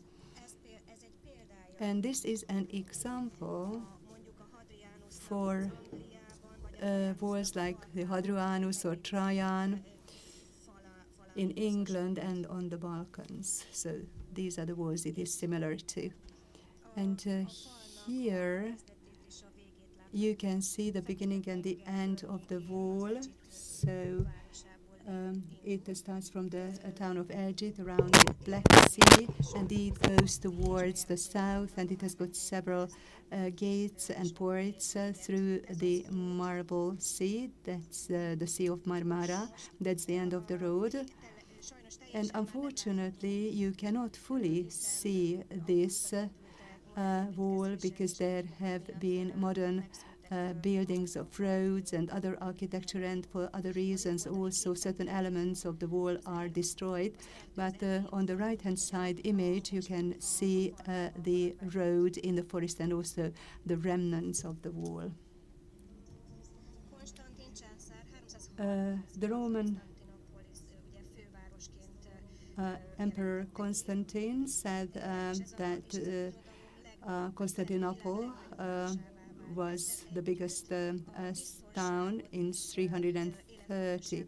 At the same time, security had to be considered as well, because with the 5th century, the capital has become the target of the nomadic people from the Eurasian steppes, such as Huns, Avars, Bulgars, Pechenyeks, and Cumans, and they were constantly sieging this town. So this was the most defense system, the wall of Istanbul, and so these peoples couldn't conquer the town. Those who remained outside the wall largely destroyed the buildings outside the city walls. In this photo you can see Constantinopolis, that is a reconstruction, the palace center, the hippodrome, and the place of the current Topkapi Sarai. These are the places that I'm showing you now. And here on the top there is the antique Constantinople.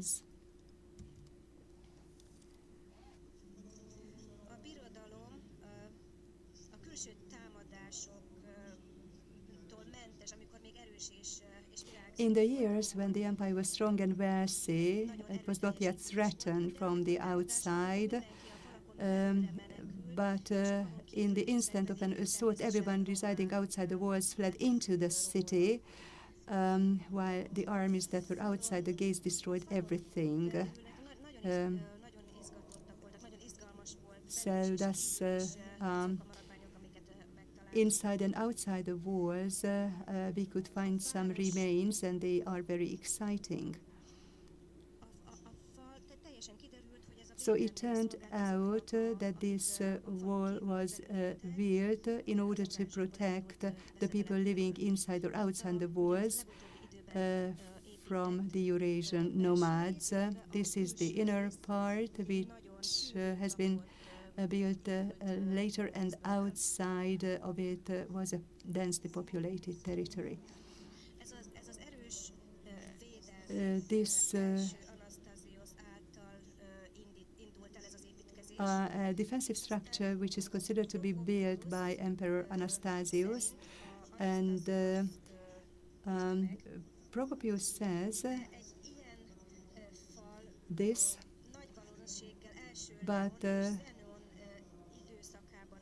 probably this defensive wall has been there in an earlier period, dating to Emperors Leon I and Zenon. If there are natural disasters, earthquakes,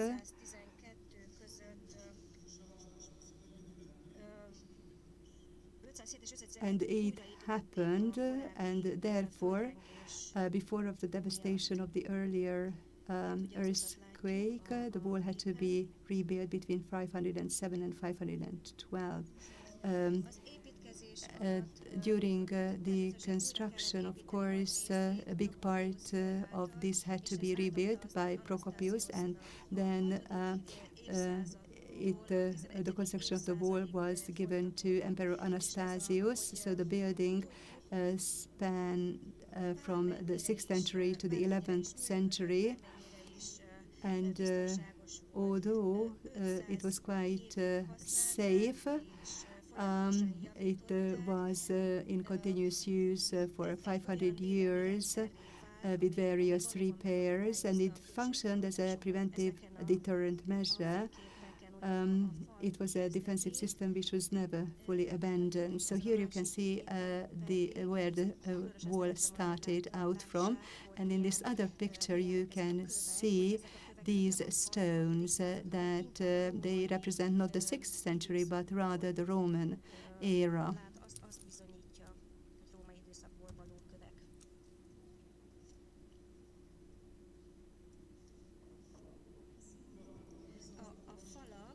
The walls, so the brick used in the Byzantine masonry was not used. You cannot see any stone decorations. The Anastasian wall was square. It had rectangular and semicircular bastions. And next to the main gate there were smaller gates and walkways over the main body of the wall, and it was also protected with watch slits, and it followed the Roman defensive tradition. So this construction meant that lots of soldiers were needed, and so there should have been military quarters nearby. This shows an earlier period. So therefore, once again, some camps were constructed, which were similar to the Roman camps. So we have come across those, and for instance, we found this in Magyarságkutató near the Black Sea coast. This building must have belonged to the garrison, which protected the northern part of the wall, 3 kilometers south of the village of Fener. Around 447, King Attila had started some harsh policies, and together with his army he reached the Danube, and they started an attack on the meadow called Vizin, and Eastern Rome was helpless. With the help of Anatolius in Büyükçek Mecse, they they signed the Peace of Anatolius in 447 with the Huns. Although it was rather difficult because there were heavy conditions for Rome, and still they signed this. The same fear instilled Constantinople, and attacks of Huns and other Eurasian nomads attacked once again, and probably that was the reason why the wall was made. Here, this is the border of the Western Empire and the border of Eastern Rome. Later, it is the Byzantium Empire, and this is Attila's camp, part of Büyükçek, and there is a big lake and the Sea of Marmara next to it. So currently there is a huge construction, so probably the camps were located next to the lake. So we hope that in the near future we will be able to make further explorations here, and we will find the camp which was set up by Attila in 447. When the Huns moved back, constructions of the wall started,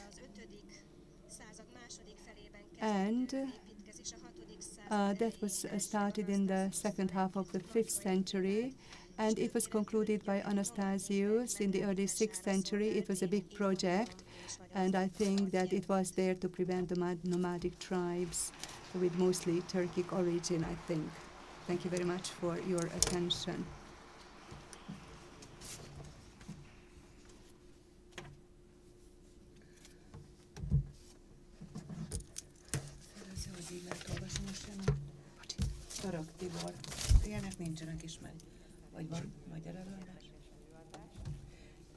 So, as chair, therefore, I would like to say goodbye to you, and I hand over to Miklós Makoldy to chair the archaeogenetic and anthropology section.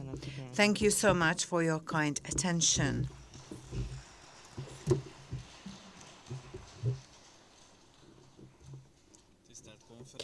Distinguished members and participants of the conference, I would like to open the archaeogenetics and anthropology session, and I would like to request Tibor Török, the Archaeogenetics Research Center of the Magyarságkutató Institute, to deliver his presentation titled Archaeogenetic Data about the HUNs.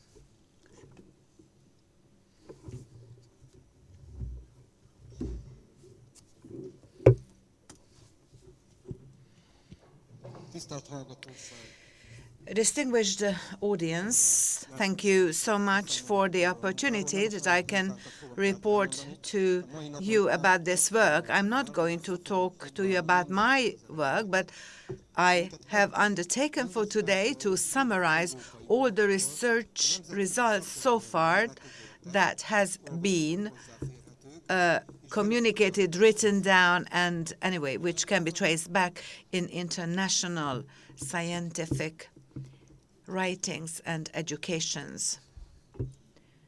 I would like to make There are 4 buttons on this gadget, but I'm probably not intelligent enough to resolve the issue. Thank you so much for your kind help. Well, actually, you can see that a genetics expert is not knowledgeable too much. So this would be my opening chart, and I have taken it from the internet because the international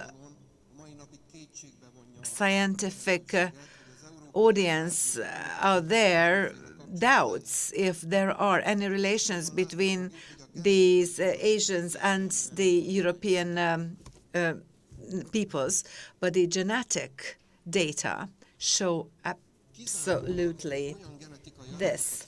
So I'm going to talk to you such genetic data that had the biggest they were actually sequenced the total genome. There are 3 publications about which we can read about the HUNs. I don't know whether you can see it or not. The top one was a study published in Nature in 2018, 137 ancient human genomes from all across the Eurasian steppes. The idea was to go through from the Iron Age to HUN Age up to the Middle Age to plot the various types of migrating tracks and routes. In this publication, out of the 137, they had 2 Seongnu West. This should be pronounced as Hunnu, but 2 about the Asian HUNs. So 2 from Western Mongolia and 3 that come from Eastern Mongolia. So these were the ones that were in the 137 human genomes, and also from the HUN period, which is called the HUN period nomad, and the HUN Sarmatian as well, also 2.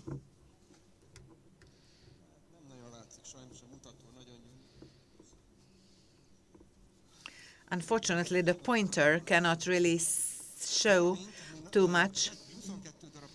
And 22 HUN samples from Tian Shan.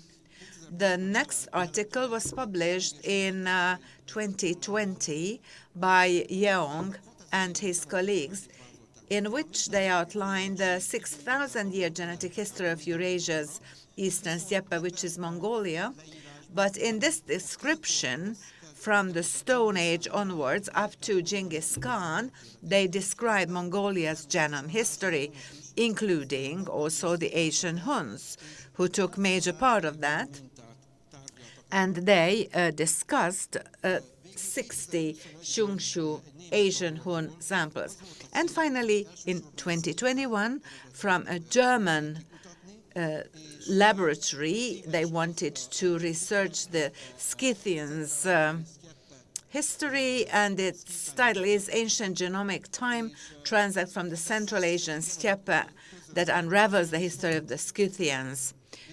There were 111 genomes, but we can also find Hungarian HUNs as well. There are 6 genomes from next to the famous kurgans in barrel that represents the Siame period, which is called Xianbei HUN. And also there is one very famous sample whose genome was presented, and also from the Ural Mountains. I try to tell you the results in a language which is easily understandable. I'd like to show you how these genomes look like. It is quite obvious that we have to start with the Asian period from Mongolia, which preceded this. But I would like to go even further back in history so as to have an even bigger insight into the background. We have to go back to the late Bronze Age to understand the results. I drew this chart by hand, and it shows only the latest Bronze Age developments, but the most important things is that the Sintasta culture, which is from the Ural Mountains, was scattered across and was covering the whole Eurasian steppe with the name Andronovo. They were coming from Europe, and they fully belong to the Europid type. This is called the Steppe Middle Late Bronze Age. This is how historians call this. And this is a genetic pattern, because at that time, the overall population of this area, which is colored with yellow, had the same profile, all the population, which is interesting because it was actually intruding into Mongolia. But there is a completely different type of population. However, there is the Kövsgöl population. They belong to the Mongolide peoples, but this is many tens of thousands of years of genetic type, which is completely different from Chinese, but it comes also from the eastern part of Asia. However, on the Turanian plains, there was this Bactria-Margian archaeological complex, which is abbreviated as BMAC, which is a Proto-Iranian population that had a very high-level urban culture. So their genetic profile was an Iranian one, but different from all the others. So these spread into the direction as it is indicated by these arrows, and that shows that everybody will mix with everyone. And now let's step over to the Iron Age, which is still not the Hun Age. This chart tells the same thing as my chart, which shows that the Kosga and Steppe Middle Age, Bronze Age, and the area where they could meet, it was mixing with, they were all mixing with each other, including also the Iranian types. And now we are stepping over stepping over to the, and I will consistently mark this one with green, the Kövsgöl, and the European will be marked with yellow, and the brown will be the sign of the Iranian. And this shows actually how the eastern part of the Iron Age looked like. So on the left we have the Sarmatians and the Scythians are on the right-hand side, but actually you could see these were all having a stable mixture. Later on, these Scythians and Sarmatians were moving on and mixed with other nations, and there were various names given to them, like Sakas or Tashmola, or the Sarmatha remained mostly as it was. And now we've come to the HUN age, to the territory of Mongolia. But before going over, I had to add something to this chart that was in the article, because they were moving not only to the western direction, but also to the eastern territory. Here we are in Mongolia already, but we are still at the Iron Age. So we can see that on the western side of Mongolia, these Scythians like Tagar, Pazyryk, Saka, these are living under a completely different name. It is called Sagli Uyuk Chadman culture, and Aldibel is known both places.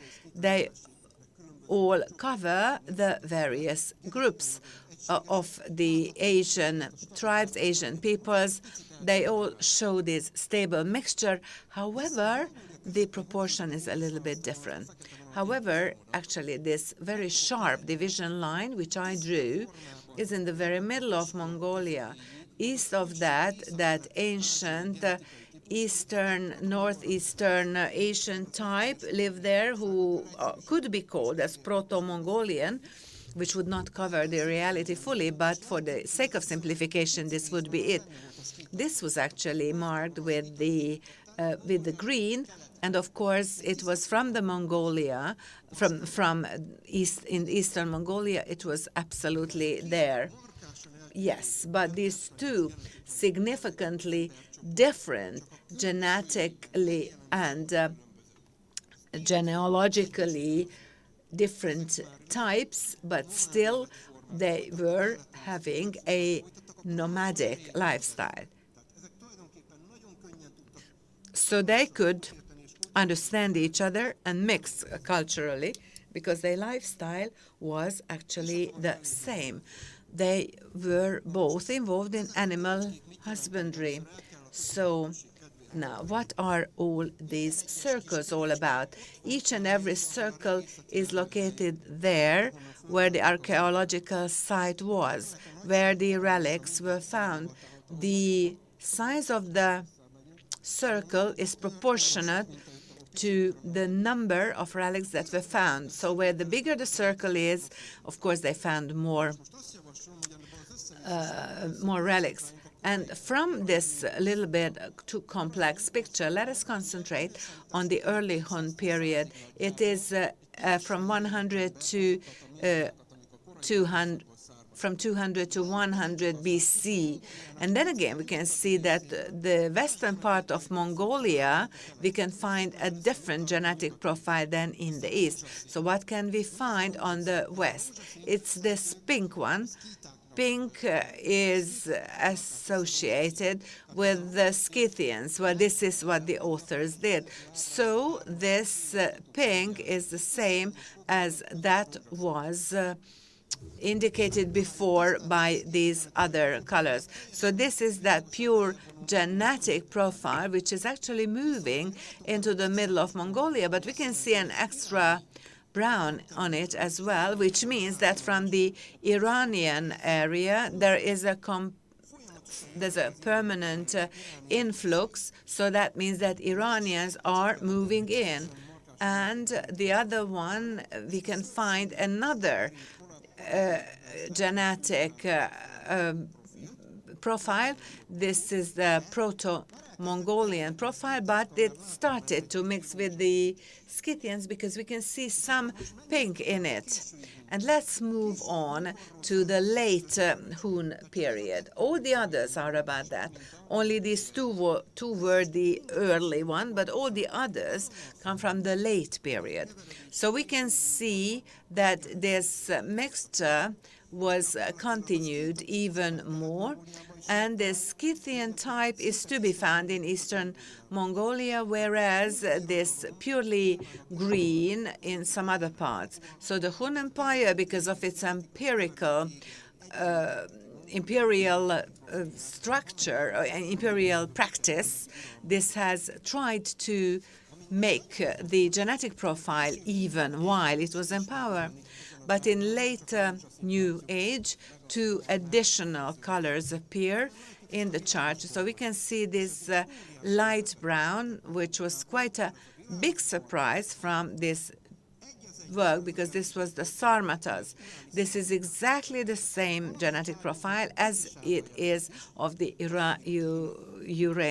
Ural Mountain Sarmata. And we can see some Chinese Han colors as well. So they were as well mixing with everyone, which is not a surprise. Later on, the Sarmata also appear in the territory of Mongolia. So the author summarized that in the article. So this HUN period was like a mixing, melting pot, if you like, and this was mixing it with all the Europeans, and later on some additional Chinese influx also happened. And for me, the biggest surprise was that not only the Sarmatas, but what kind of huge European peoples were present in the territory of Mongolia. This was quite surprising. So what happened after the Asian empire dissolved? But we have several examples, but actually you could see that the direction of the influx turned around from Mongolia to Europe. So while up to the Bronze Age or to the Middle Iron Age, the migration that was dominating was from Europe to Mongolia, but from the middle of the Iron Age and the HUN Age, later on Turkic Age, and in case of Genghis Khan and the Mongolian Age, this direction turns around, and the east to west direction will be dominating. And the Eastern genetic types appear more and more in Europe. So this is actually the type of the current population. This is the time when the current population of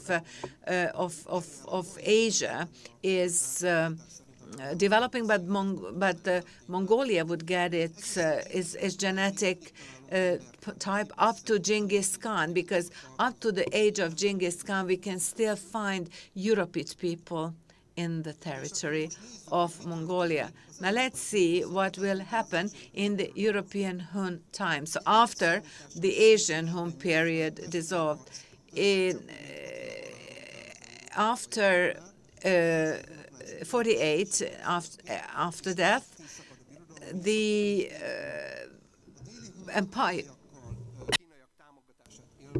empire is cut into 2, and the XYHHY, who were subjects earlier, are now called into war, and the Huns are absolutely repelled from Mongolia. And the southern Huns were simply melting into the Chinese population, and nearly all disappeared. This map was also made by me, and of course these lines are not absolutely accurate and not covering everything, but I wanted to present to you probably the most important ones. And when the Huns leave Mongolia, then they tumble into the Sarmatas, because the Sarmatas were ruling the Pontus steppe for over 1,000 years. So when the Huns move out, they will mate the Sarmatas first. And Sergei Botalov, who is the best archaeologist of the Huns, states and says that the Huns are melting with the Sarmatans, and a Hun-Sarmata mixed culture develops. So the European Huns can be considered as a Hun-Sarmata kind of joint peoples. And the scientific work about the genetics has just been presented, but you can see that they were there already at the end of the Asian period. So it was not too difficult, because the outgoing Huns, who were mostly Europid types and who were like Sarmatans, culturally and politically, they could assimilate those Sarmatans who were living, who were actually ruling west of them, the European steppes. Whether Botalov is right or not, the European Huns were coming from the east, and they could not come from anywhere else than from Central Asia, where this couldn't have been anything else but the population that was forced to go there. So no matter what, but the European Huns' Asian descent is quite obvious. Let's see another chart. Here I collected everything, and I also called the name of these, which come from this period of time. So it is the period after the Asians. So we have the Humberel Xianbei group, and we have these various nomadic patterns from Kazakhstan, from the type of the Ural, the Tian Shan Huns, quite a few. And now we have three very important patterns.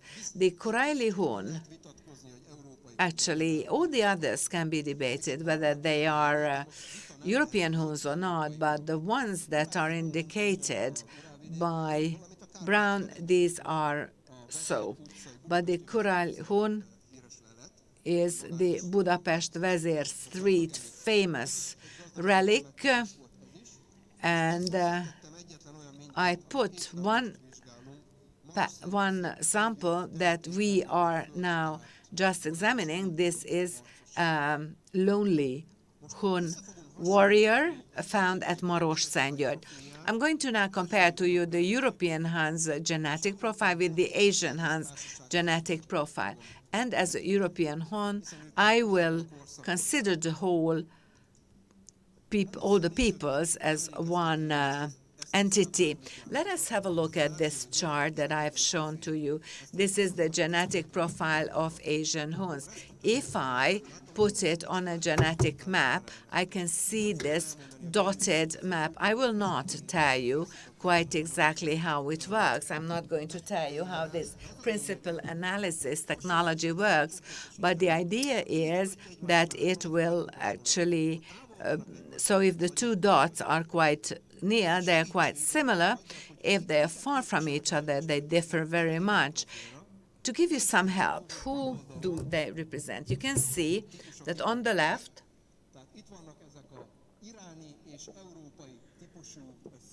there are the European types, the European, Iranian. Here we have the Scythian. Here the Scythian is already mixed in with some Eastern type. And here the yellow and green is getting more and more momentum. So this is how the genetic profiles are scattered on this genetic map which we created. This actually shows very well the genetic profile. And now I have projected to the same map, and we can see that the way they are scattered, they're fully covering each other. So the genetic profile of this shows the same, how well they are scattered all around. But it would be good to have a pointer, which I do not have. But in the bottom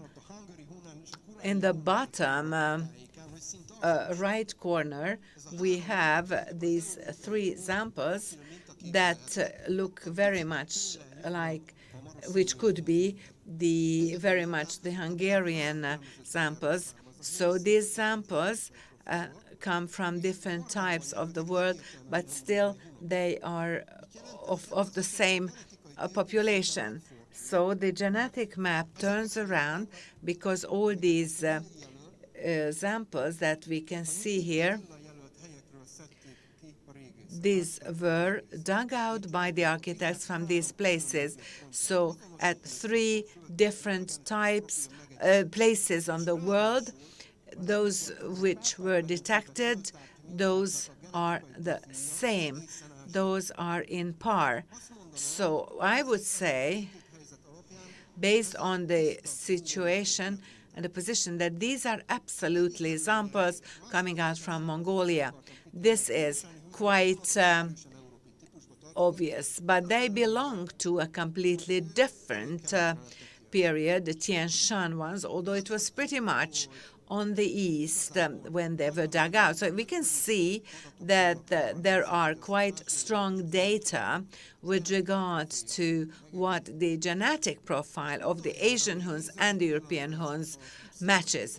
And last but not least, let us look at the paternal line, because I know that these letters do not say too much to the audience, but these examples that are indicated like that, these are 9 types of samples that all belong to the R1A, into which our Arpa dynasty kings also belong to, and also the Hungarians from the time of the Great Conquest. And the Q1A group is quite typical of that. If I want to connect this with the father's line, then this RA1 goes back absolutely unambiguously to the fathers, and the green one is the Eastern Asian Proto-Mongolian type.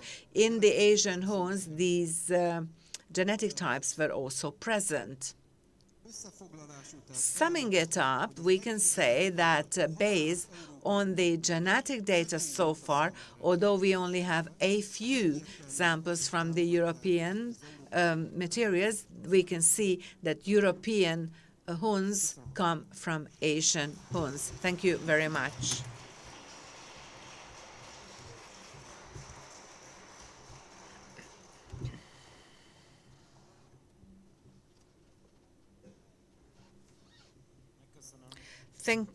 I would like to thank Tibor Török for this excellent presentation.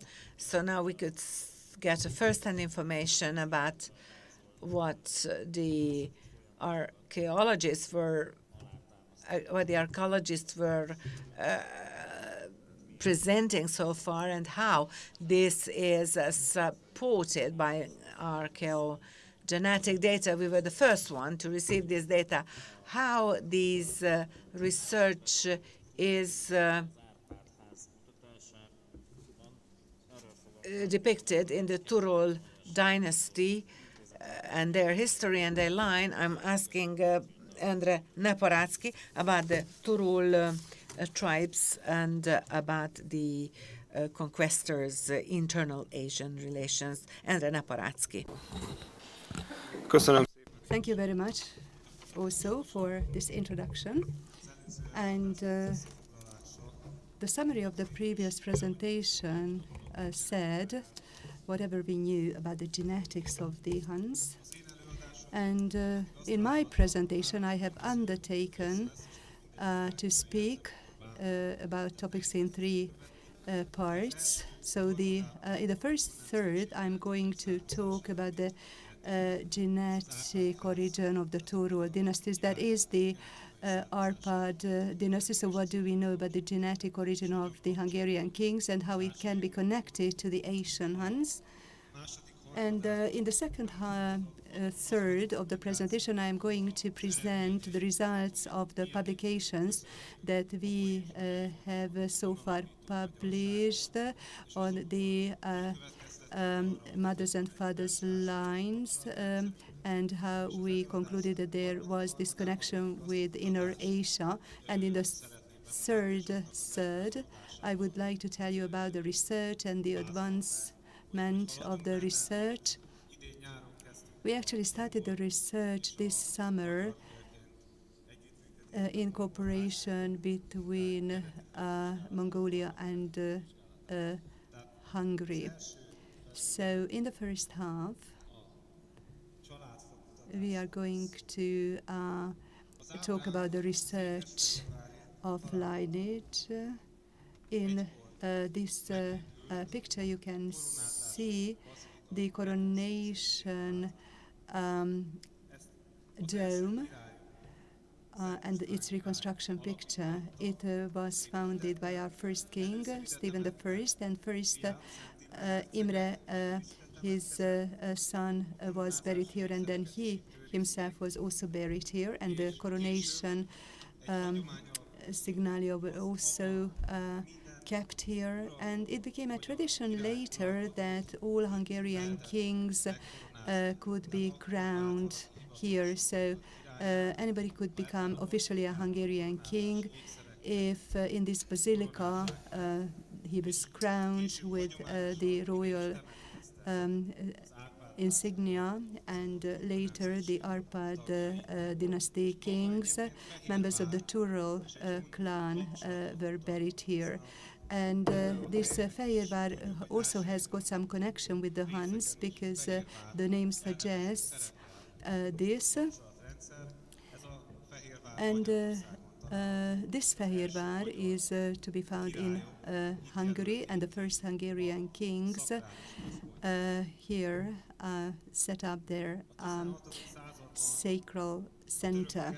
In the 16th century, one-third of Hungary was conquered by the Turks, and this basilica started to decay. And even if you look at it now, this is what you can see. So basically speaking, it is just the foundations that you can see of this beautiful basilica. But we are fortunate because in the middle of the 19th century,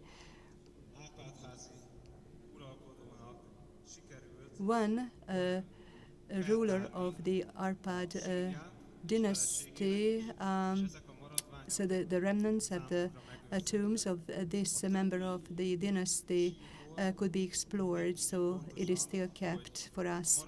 But based on the other tombs, unfortunately, we do not yet know who they belong to. Currently, we are having a different research project for that, to identify in the best possible way the finds, the remains here. But it is fortunate that we have got one member of the Arpad dynasty of whom we know exactly where the person had been buried. He is Béla III, and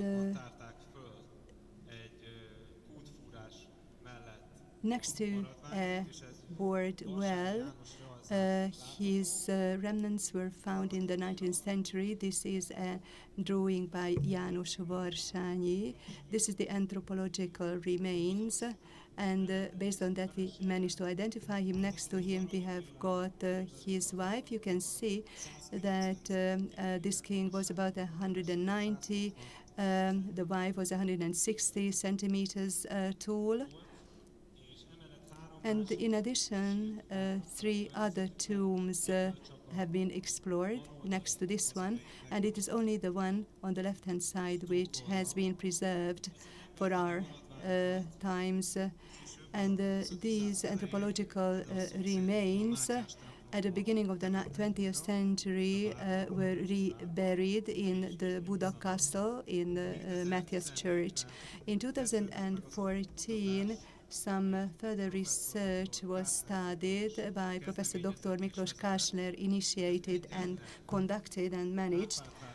And the subject of that was to identify the heritage material of this one king from the Arpad dynasty. And if we manage to do that, we will manage to identify the gene typical of the Turul clan. And there are 2 benefits. If we define that, we know something about its origin. And once we've got this key in our hands, with this help, we will be able to identify all the other yet unidentified rulers from the Arpad dynasty. So the research project started in 2014, And in 2019, the research work could carry out this identification, and we continue to work in 2020, and it became possible to have a proper mapping of the geographical origin. And for that purpose, we use the genetic tests of people alive today. And during this research work now, I'd like to talk a little bit about phylogenetics. Well, this is some research according to which every man inherits a special piece of gene from the father, and it only is passed down from father to son. And if we research this piece of gene, we can find out where the ancient father comes from. In the case of the Arpad dynasty, the Turul clan belongs to the Eredja group, and if we go back in time, this Eredja group shows this complicated, convoluted chart, but there are two main branches at around 3500 before Christ. There was a bigger European branch, and next to it there was a smaller branch in Asia. The Arpad dynasty belonged and still belongs to the Asian lineage. Those who are genetic experts wanted to fine-tune this. We were not satisfied just to know that the Arpad dynasty came from the Asian branch, but we wanted to map out the more specific branches as well. So in these Asian groups, we try to identify the exact group where the Arpad dynasty belonged to. And here I have magnified this part, and it shows us that Z2125 group, which was established 2,500 years, the pre-Scythian branch of the Eretya group, that's where the Arpad dynasty belongs to. And under that, the Y2632, which is most frequent in the today's Bashkirs and Tatars. But in our 2020 research work, we went so deep that even the fine structure was mapped out, and we could see that the so-called Shur 51 branch, typical of today's Bashkirs, is the branch from which the Arpad dynasty branches off. So there is this new group coming from the Bashkirs, and we called this group ARP, and we described markers that we could only find in the ancestors of the Turul dynasty. And if we want to depict the geographical spread, we can see the following map. The ancient Z2123 marker, the North Afghanistan Turan plain, that's where this was most frequent, that's where the ancestors were. And if we wanted to identify the spreading, we could see that from the today's sample, we had the Volga-Kama territory, and from this Arpad dynasty comes off to the Shur 51 group, and it can be found here in the Carpathian basin, and the rulers are buried in Fehérvár. In 2021, genetic data surfaced also, and Kaiser and al. Made a publication on their classic methods with which they investigated Asian samples, and a haplotypical similarity was described. So now, with the Turul dynasty, so now we have to modify the map. And already in the previous presentation, we could see that this Central Asian Beymak culture at around 2500 BC, genetically, it is proven that there was an influx until the Iron Age Huns, genetically speaking, and we can also see that the Asian Huns had an outflux after the Iron Age towards Eastern Europe exactly. And this is the data of our archaic sample that we could identify in the Turul dynasty. So the Turul dynasty, as presumably, received the marker set from the Asian Huns, and that is a genetic proof that there's a connection between the Asian and the European Huns, and also for the connection with the Hungarians. But this is quite a significant family, very important if we want to identify our own nation. And this is a family, a dynasty, and we would like to see the full picture, and that is why our ancestors, the conquering Hungarians, were also the target of our investigation, and therefore we have already published some results both on the maternal and the paternal lines. In 2017, we made a publication that is a genetic map, a summary of that. So today, the Volga Tatars are those who are most akin to the maternal line.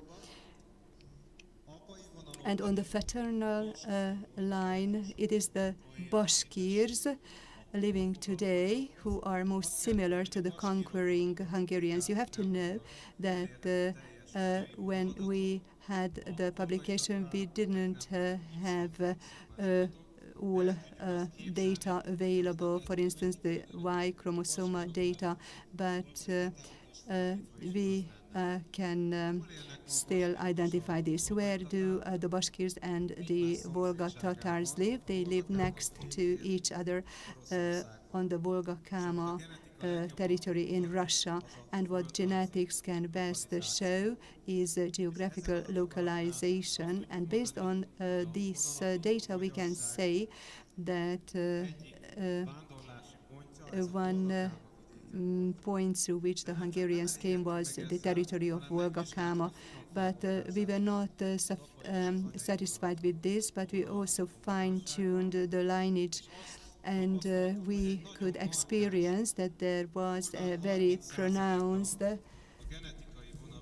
30% of the genetic lines that pointed to Central Asia, the current Mongolia. And when we made this image, there was a black spot. We did not have Asian Han genetic data, and that is why we were looking forward to most recent publications. And as my colleague Mr. Török already said, in 2021, 2020, more and more genetic data is published, and now we will join this effort, because for the time being that was just an indirect way of the conquering Hungarians that received a genetic flux from the Asian Huns, and then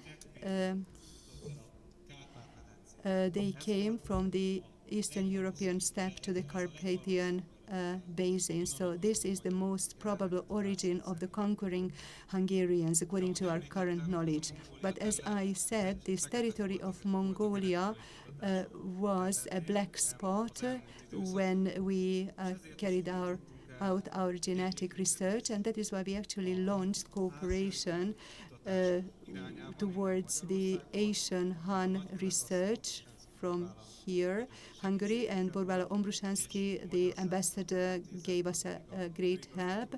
and also Gábor Horváth Logosi was actually the engine, the director of the research institute. And in 2021, in the summer, we started excavation with the Mongolian archaeologists in Belk. And although that was a robbed tomb, but a fraction of a bone remained there, but further Asian samples were also included into our research work, and in the end we would like to have a whole genome publication and to add something to this Mongolian history, to which we are going to compare the history of the Carpathian Basin. We have taken samples from 4 cemeteries. One was Zungobi, as you can see. The other one is Barumberszeg, and the third one is the Belk excavation that we do together with the Archaeological Department of Mongolia. And we also would like to include the DNA samples of the Tamirin Ulan Kossuth cemetery. First, I'd like to say a few words about Belk. It is tomb 4 that we have explored in cooperation with the Mongolians. The Mongolian party was the Archaeological Institute of the Academy of Science. In Hungary, it is the Institute of Hungarian Research. That's the Hungarian party. And so we started after 60 years again, and we at that time were quite fortunate that the Mongolian archaeologists could see find some remains, and you could see part of a chariot, which is quite typical of Asian Han tombs, that even the chariots were buried in these tombs, but additionally a human fragment, tibia, is also preserved. And it is important that because we genetics experts cannot carry out human genetic investigations, but we were fortunate, so we could still have this tibia. And this summer me and some other colleagues went to Mongolia and sampled this human remains, and the endogenous DNA content of this tibia was very weak. We can assume that that came from a male person, but we will be able to identify the maternal lineage. The other cemeteries from Barumberszeg, we took samples from Fang, and there was Mongolians and Americans that explored the cemetery. So far, no genetic investigation has been done. Typically, they are Asian tombs, and we had 9 samples that we are analyzing. Here at the Archaeogenetical Laboratory of the Institute, you can see that most of the fragments had a good DNA content, so almost over 50% the own DNA content. We are now having the whole genome examination, and there are a lot of samples from women in this Asian tomb, which is interesting. And one sample was also included from Zungobi, and you can see the bones, but unfortunately they were not preserved well. This was an exploration on a half in a desert. So it was a local person, a shepherd, who found it and told about this to the archaeology department. So the whole genome analysis will be carried out on this sample.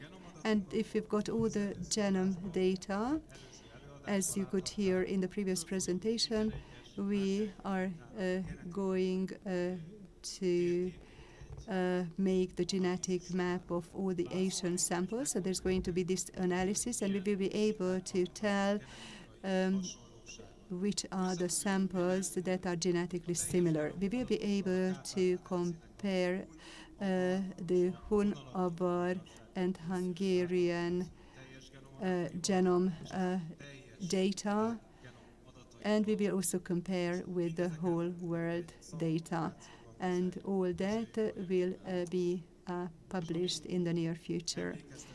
And what I also would like to summarize as a message of my presentation, that the HUN origin of the Arpad dynasty is supported by archaeological data, and the HUN origin can be read out from our chronicles and folklore. So it shouldn't be such a big surprise, although now it is considered to be a sensational discovery.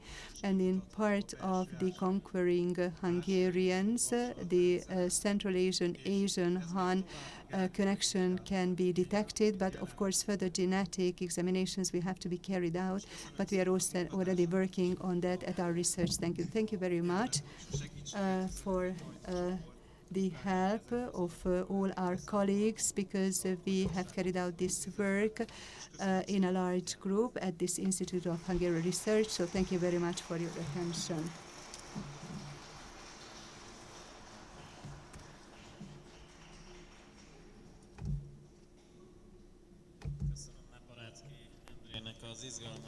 Thank you so much for this very exciting and very good storytelling history that Mr. Naparáczky was actually presenting us. And really, I think we are writing history and we reach good results. Our next speaker would be Zsolt Berner, but unfortunately he will deliver his presentation tomorrow and he cannot make it now. But now, from the Archaeological Institute of the Mongolian Scientific Academy, Mr. Cheng Amgalantox will deliver his speech about some new Mongolian genetic studies.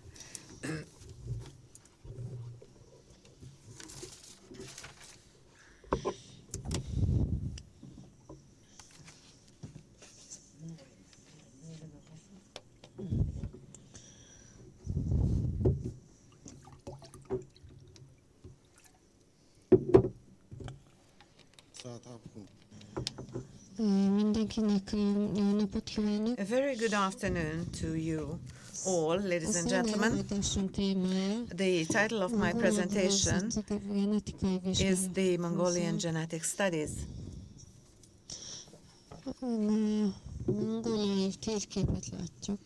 We can see here the map of Mongolia. On the eastern part of Mongolia and also in the south and in the west as well, we had some genetic examinations. The first part is the western part of Mongolia.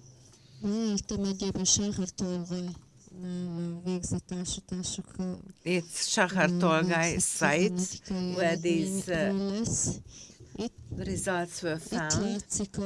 We can see here the territorial drawing from the place itself. The bone has been very beautifully preserved, and we can see how we take the sample. And in Korea, they made the genetic examination. So based on this, the mitochondrial and DNA analysis has been made, and we can see the result.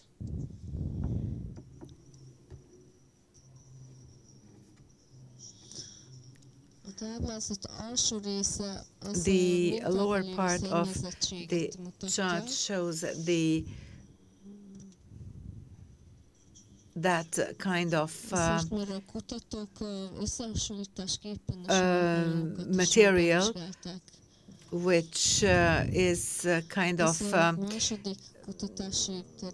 alien material to the studied ones, but it is because the researchers they examine their own samples as well. And this is another one. This is the Chiang Mai Karol site at the Mongolian period at East Gobi, where 6 samples were taken.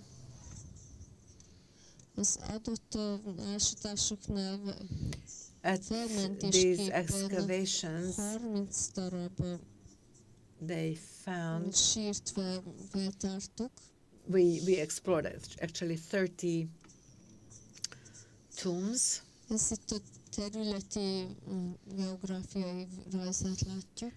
is the territorial description.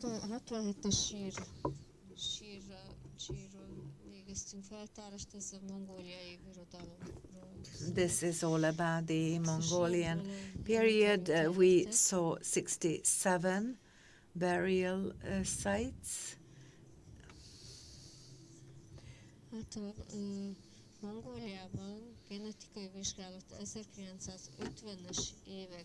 In Mongolia, these excavations started from the 1950s, where actually also the first blood examination took place as well. This was the first one of its type, and since then, at various rivers in Mongolia and some other archaeological sites, we could see these bones, and researchers and scientists took samples and conducted some archaeological research. Human bones uncovered by the excavation, so we can see how the skeleton were kept.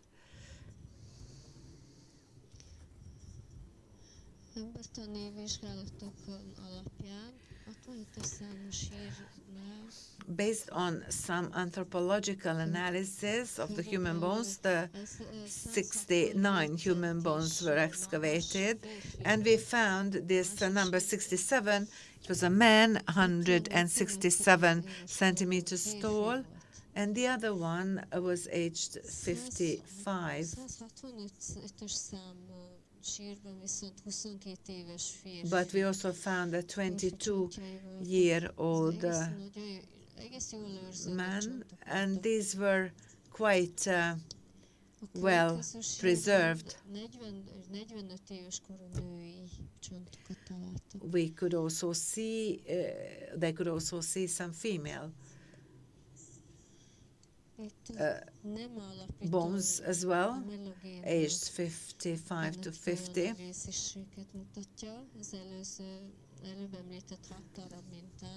And based on the aforementioned 6 examples, we can see here the various amelogenin DNA.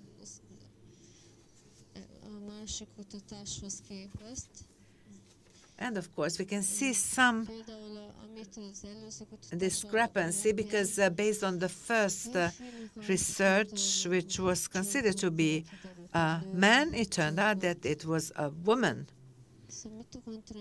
But the mitochondrial DNA analysis showed that from the tomb 67, the C3, you can see the various numbers from the various tombs, and you can also see the identifying figures that prove which genetic group these people belonged to.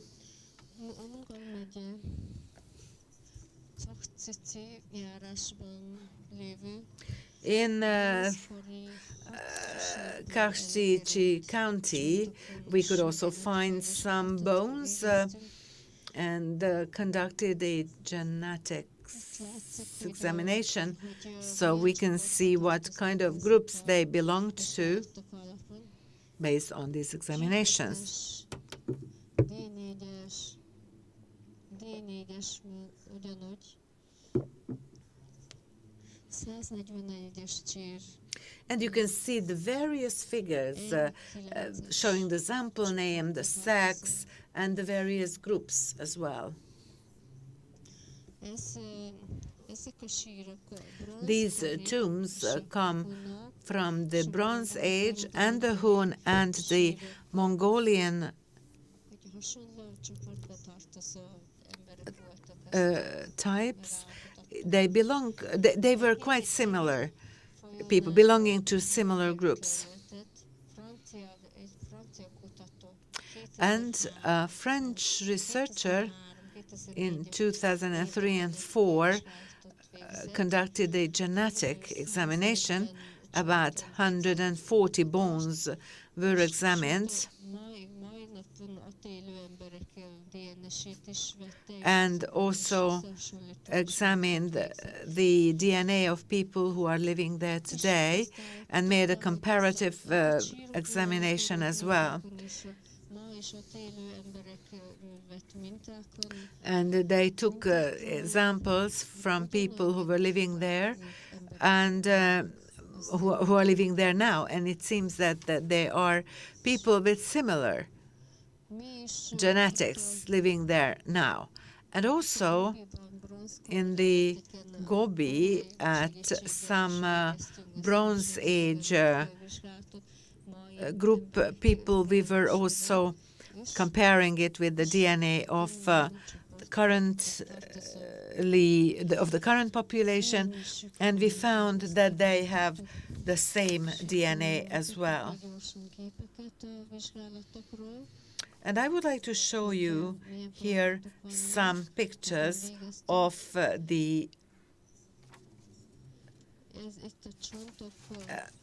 these examinations, how we succeeded, because here you can see the hardness of the bones and the structural analysis provided by an electron microscope. Itt látszik, hogy 2010-es évek után So after the year 2010, the work that we did together with Korea were published in 4 books. So the first one ez a nyugat-mongóliai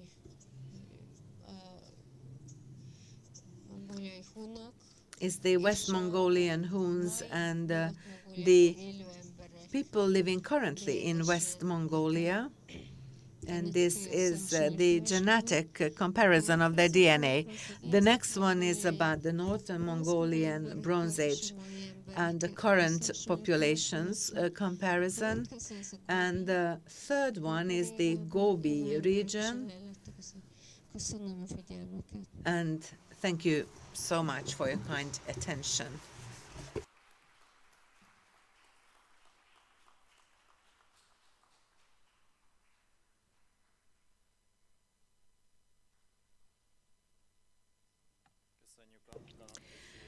Thank you very much for the presentation by Mr. Amgalangtux, and a very joyful part of our program has arrived. We will soon have lunch, but before, I would like to ask our folk dancers to do their nice folk dance show. And I would also like to ask our guests abroad and also our foreign and Hungarian speakers to come on stage after the folk dance show, and that will be followed by lunch. Thank you.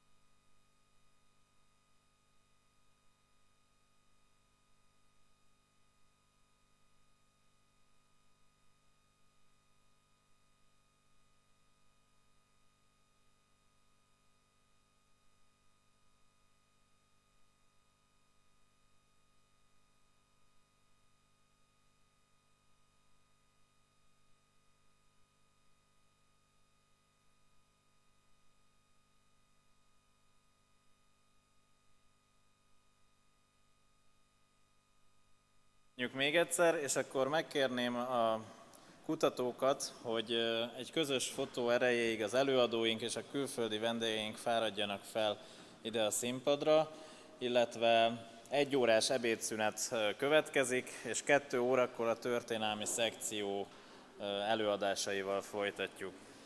Köszönöm a figyelmet eddig is.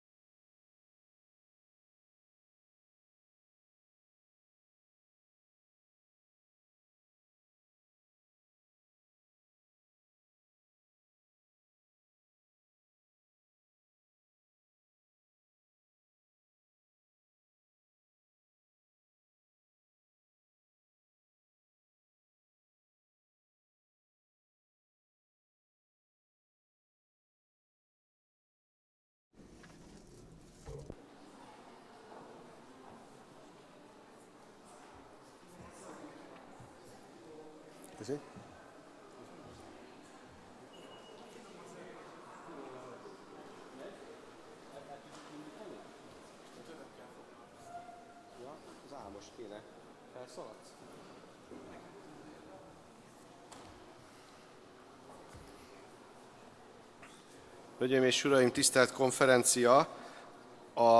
Ladies and gentlemen,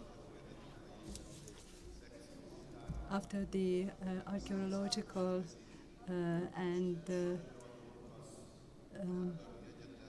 section, we are going to have a history session, and the first presenter comes from the Melbourne University, the Institute of Historic and Philosophical Studies, of course online. So we are going to have Yuan Jin Kim, and he has written an excellent volume about the Hunnic Empire, and also in his presentation today he is offering this topic. So let us listen to him from Melbourne, and welcome. It's great that you can join in from a distant continent and you participate at this conference. Let us have him in Zoom.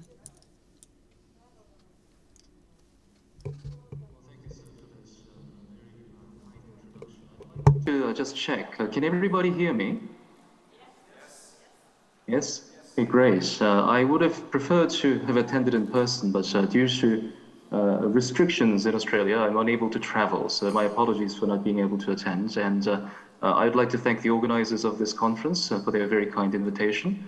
I'm very honored to give this talk in this very exciting and fascinating conference. Now, without further ado, then I will proceed with the talk. Now, the Huns, what sort of images do they evoke in our minds? In Western Europe and in much of the United States, they're often viewed by the general public as a rapacious and cruel people, the incarnation of savagery, right, as this very inaccurate picture shows. Such is the unfortunate lot of the Huns in the popular Western imagination. The reputation among modern classicists and ancient historians is unfortunately scarcely any better. Thompson, probably the most influential of the Western historians who have written on the Huns in the early 20th century, gives a clear and uncompromising verdict. He says, according to him, the Huns contributed nothing to European civilization, apparently. He claims that all the Huns did was destroy and plunder. So they are the Asiatic horde.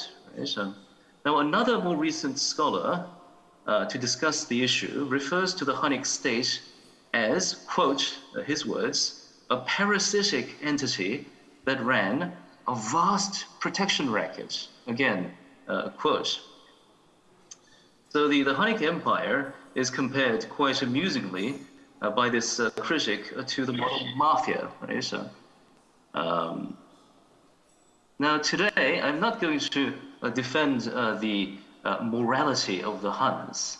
Any expansionist empire, whether it be Roman, Macedonian, or Hunnic, employed at times brutality and oppression to achieve conquests. And the Huns were certainly no exception. If anything, they were among the most prolific conquerors in world history. Now, what I do have an issue with is the strange anomaly that pervades current scholarship on late antiquity, where the majority consensus, or at least that of the most prolific publishers on the topic, seems to be that the Huns, despite their ferocious reputation, were never a great threat to the Roman Empire. The Huns, according to this view, more barbarous and badly organized than the Germanic tribes of the West, so it is claimed, due to their primitive political structure, had at best a peripheral role in what was arguably the single most important event in the formation of Western Europe. That is the Western Roman collapse of the 5th century AD. The Huns, in general scholarship, are never considered as the prime agents of the cataclysmic changes that they brought about. their history is seen largely as a footnote in later Roman history or the history of the early Germanic peoples. Now, it is the argument of this paper that the Huns possessed a much more sophisticated political structure than most modern Western historians believe, that the origins of this elaborate political structure are to be found in Central Asia. And finally, that as a consequence, the events of the 4th and 5th centuries AD in Western Eurasia, from Central Asia to the Atlantic, can only be accurately understood if we place the Huns at the center of the debate and analyze historical developments from a Central Eurasian perspective. The neglect of the Hunnic Empire in modern historiography stems largely from the acceptance among many historians of several myths, not facts, myths concerning their society and culture spread through the absurdly literal reading of Ammianus Marcellinus. Now, famously in Ammianus, our principal source for the early history of the Huns, sadly, the Huns are mythologized to the extent that they become practically unidentifiable in the real world. They are depicted as the most primitive savages conceivable who lack even the knowledge of how to cook their meals, use bone tips instead of iron for their arrowheads, and most importantly, according to Ammianus Marcellinus, the Huns apparently lack any cohesive or even rudimentary forms of leadership. According to Ammianus, the Huns improvise leadership on the spot and are therefore at the lowest possible level of social and political evolution. The obvious fallacy of this representation, taken literally by some historians, Thompson, for example, envisages the absurdity of the Huns conquering the Goths and the Alans without iron weapons. How is that even possible, right? This absurdity has been pointed out by scholars who specialize on Central Asia. Also, Menchenhofen, for instance, has already identified clearly anachronistic and outright mythical elements in Ammianus's account. Ammianus draws his ethnographic material not from any first-hand observation of the Huns, but from traditional Greco-Roman ethnography. And it has been demonstrated by numerous scholars that he copies verbatim in many instances from previous works, for example, from Pomponius Mela, Trogus Pompeius, and indirectly from a tradition that goes back as far as Herodotus, the supposed father of history. The following analysis will offer an explanation as to why the Huns, alone of all the so-called barbarians in the north, managed to provide a political system that integrated all the peoples of non-Roman Europe and pose a persistent political as well as a military threat to the Roman Empire. The mistaken assumptions regarding the organization of steppe societies have led to the persistence of many myths concerning the Huns and their empire. When we observe, however, the level of administrative sophistication achieved among the Xiongnu or the HUN, so actually the Huns didn't look like that, they looked more like this, obviously. But here we have a map of the so-called Xiongnu Empire. In the old Chinese pronunciation, of course, it wasn't Xiongnu, that's the modern Mandarin pronunciation. The original pronunciation was closer to Hunnu. These people were, of course, likely to have been related to the Huns. I don't have enough time to go into the various evidence that connects the European Huns to the Xiongnu. But I'm sure that other presenters at this conference will touch on that topic. And the level of administrative sophistication achieved by the Xiongnu and other steppe peoples long before the arrival of the European Huns, if we consider this, then such myths can largely be dispelled. Many classical historians and literary critics who simply ignore Central Asian history in their analyses of classical texts which discuss steppe nomads typically assume that a so-called nomad power is something inconceivable. So, to quote a very famous critic, if it is a power, it cannot be nomad.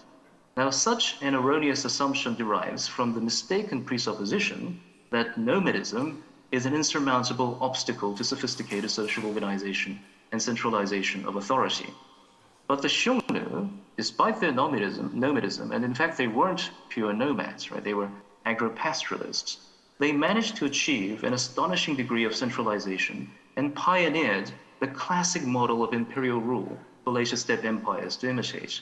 Their society was characterized by a complex hierarchy, which is outlined in detail by the 1st century BC Han Chinese historian Sima Qian.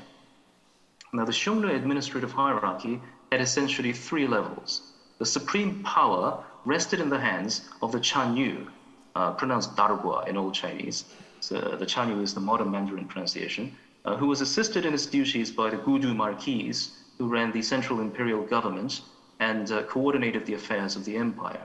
At the next level, the 24 imperial leaders or governors, each titled 10,000 horsemen, acted as imperial governors for the major provinces of the empire and were usually close relatives of the emperor and or members of the upper Xiongnu aristocracy, who were usually related to the royal house.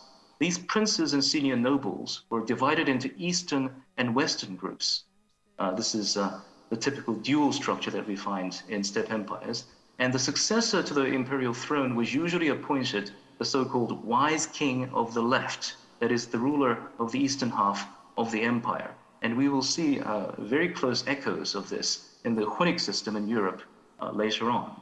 Now, at the bottom of the administrative hierarchy was a large class of subordinate or vassal tribal leaders, sub-kings, prime ministers, chief commandants, household administrators, etc., who were under the command of the 24 imperial governors, but who enjoyed a level of local autonomy.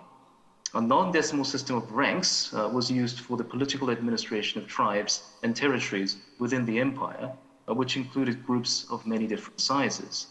However, a more rigid system of decimal ranks, thousands, hundreds, and tens, which we see echoes of later, was used in times of war when large armies were formed from troops drawn from different parts of the Hunnic Empire under a single command structure. Chinese sources report that Modu Chanyu or Bagadur Chanyu Dargua would boast of having subjugated 26 states and having reduced them to obedience as part of the Hunnic Empire. In war, the Huns could mobilize, according to Chinese sources, an army of 140,000 men from among their subjects. It is therefore clear that in the territory from which the Huns derived, there were already historical precedents for highly sophisticated political organization, which facilitated the emergence time and again in the steppe region of formidable military empires. It is noteworthy also that it wasn't just the Xiongnu or the Huns in Asia who possessed sophisticated political organization in Inner Asia. Virtually all other Inner Asian states that either preceded or were contemporaneous with the Huns also possessed advanced political organization. Now, I don't have time to go over all of them in this short talk, but to name just one example among many, the Wusun, these are the people here in what is now eastern Kazakhstan, whose territory the Huns absorbed before their expansion into Europe and Iran. Their political structure was very similar to that of the Xiongnu. There was a hereditary king who was assisted by a council of elders who could also act as a restraint on the powers of the sovereign. There was likewise a fairly developed administrative apparatus consisting of 16 graded officials who were recruited from the ruling nobility. The officials and nobles of the realm maintained themselves by taxes or tribute collected from subordinate tribes, war booty, and profits from trading activities. The Kun Mo, or the great king and his 2 sons, the rulers of the left and right domains, so again, very similar to the way that the Xiongnu Empire was organized, each commanded a personal force of 10,000 horsemen. Now, the remnants of these Wusun seem to have survived until the middle of the 5th century, but most of the Wusun were absorbed or assimilated by the Huns.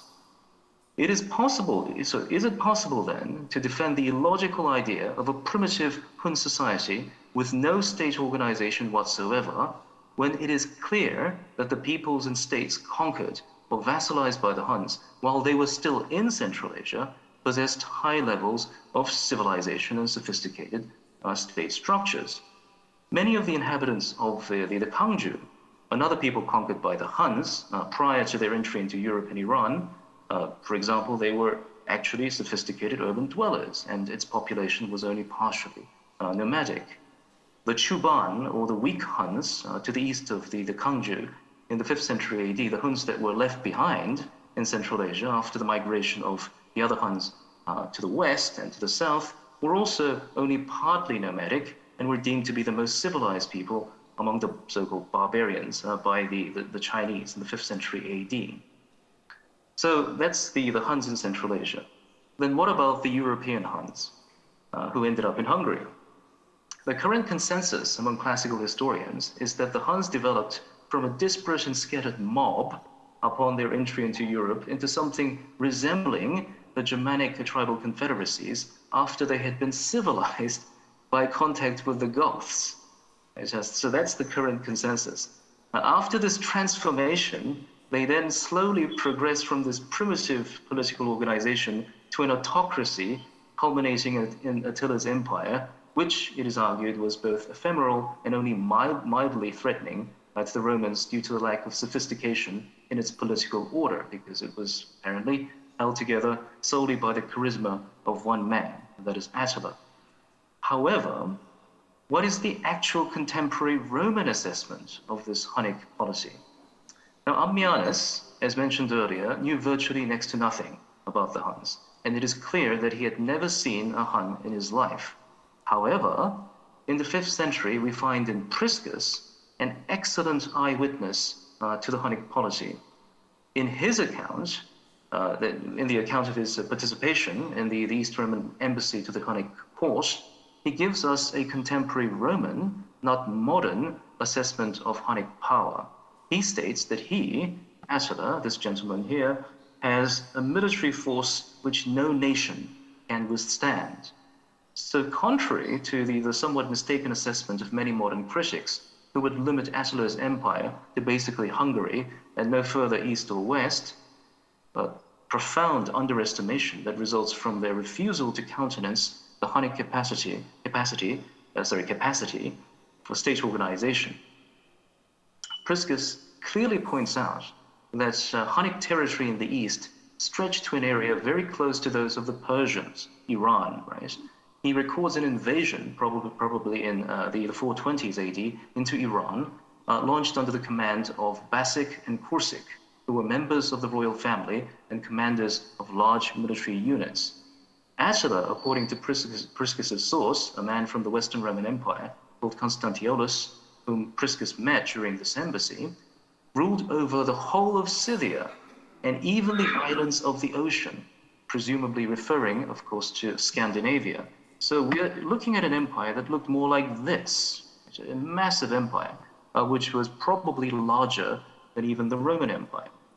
Did the Huns of Europe also possess the hierarchical, stratified structure of government which we have seen earlier amongst the Xiongnu?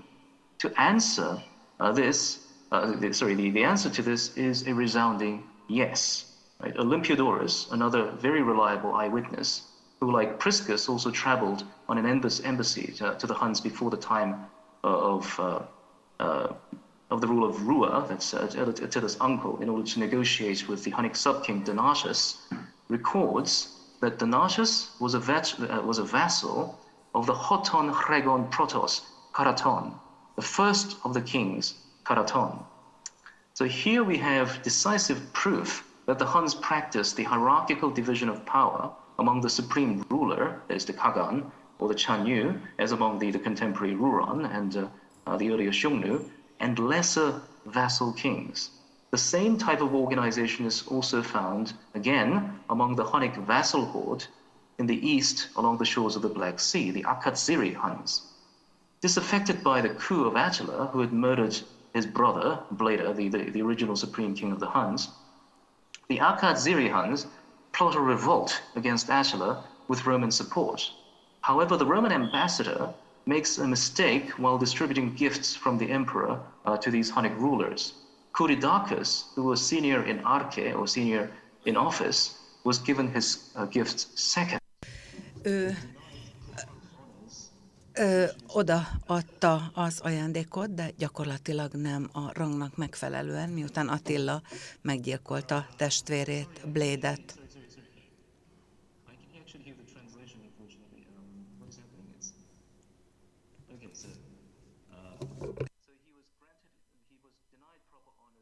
Ranks, Taksin.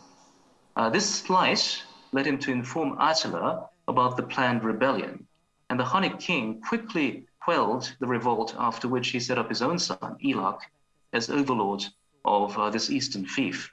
The reference to ranks, office, and precedence clearly suggests that the system of rule that existed among the Huns was of a different nature altogether from the haphazard organization found among the Germanic tribes, such as the Alemanni or the Goths, where there is no clear division or gradation of rank between the various kings and chiefs that made up the tribal confederation.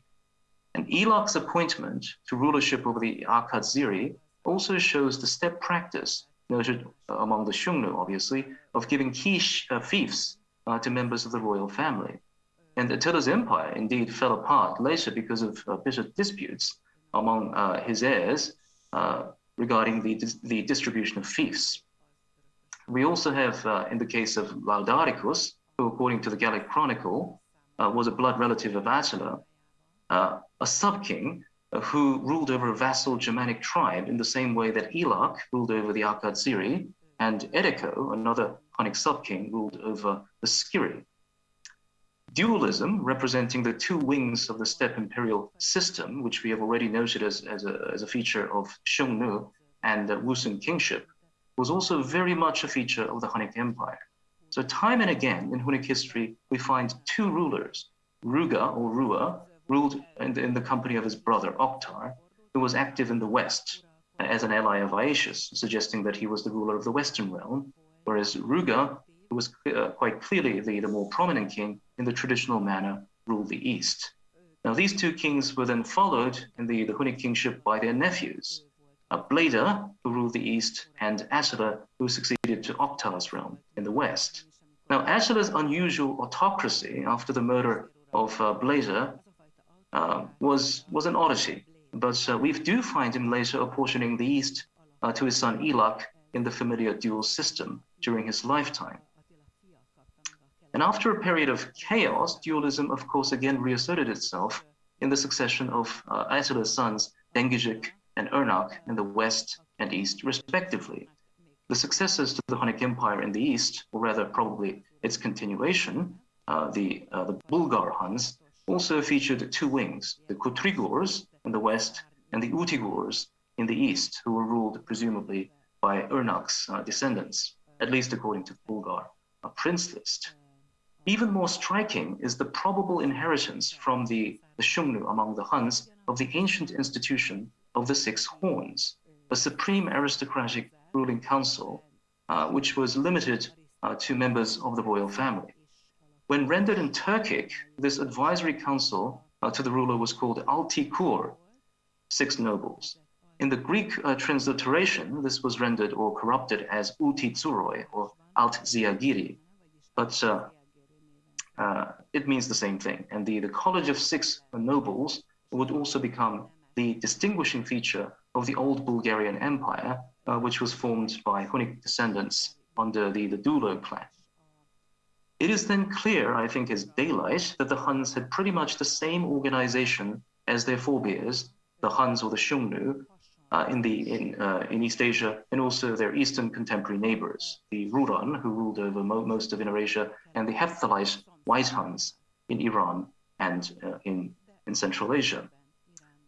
It was this complex social system and organizational ability which enabled the Huns to bind innumerable subject peoples, Germanic, Iranian, Slav, Finno-Ugric, Turkic, etc., to their vast empire, and allowed them to wage continuous successful wars of conquest in Europe. So I would argue that it is absolutely no accident that the Huns created the first unified empire in European barbaricum beyond the Roman border, and presented a real, viable alternative to Roman hegemony for the peoples of Europe. If then it is accepted that the Han Empire was an immensely powerful, well-organized military machine, as our sources and historical comparative analysis hopefully shows, what was its impact on the Roman Empire? As mentioned earlier, misconceptions regarding the nature of the Hunnic Empire has led many to minimize the role of the Huns and attribute their role to others, for example, the Germanic tribes, and even incompetent Roman emperors. Most recently, Goldsworthy has claimed that Rome never met a serious challenger to its superpower status. It is, however, not to be doubted that in the Hunnic Empire, Rome did indeed face a serious challenge, which in the end brought down the Roman edifice in the West, and through political as well as military transformations, heralded the dawning of a new age that historians in the West call either the Dark Ages or, more invitingly, the Middle Ages, which was distinguished, of course, by this art form, the so-called Danubian style, which was produced within Hunnic territory in the 5th century AD. So I will stop there, and thank you again for listening.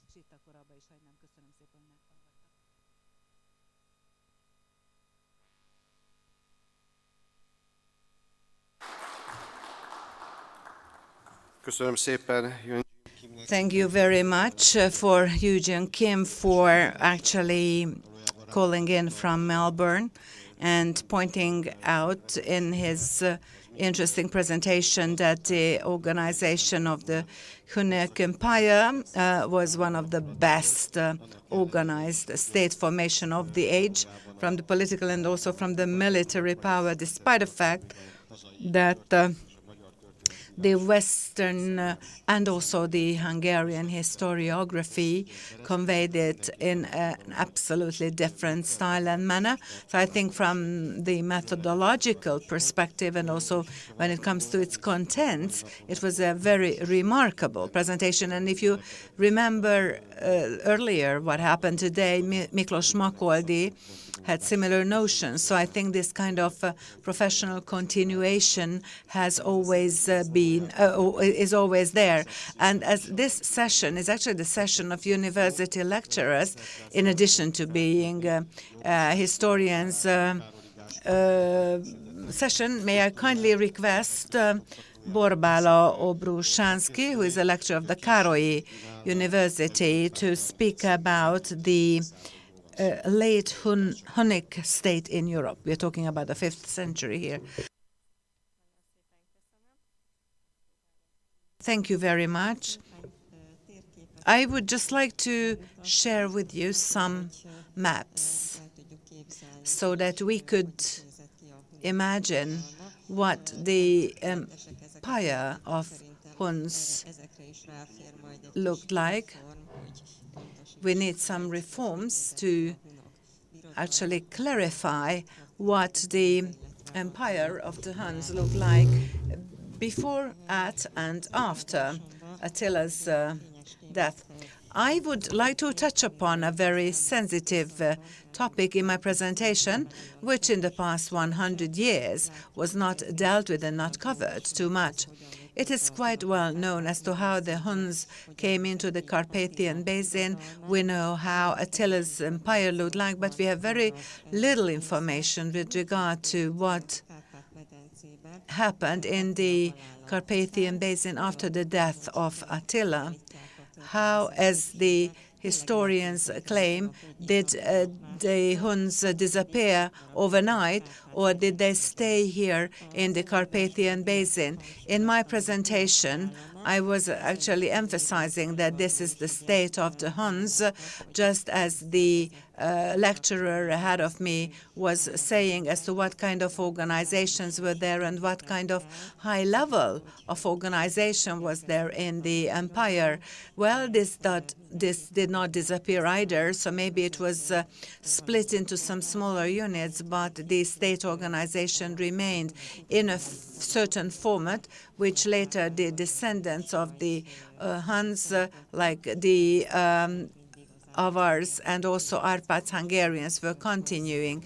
Always they matched this to the current administration.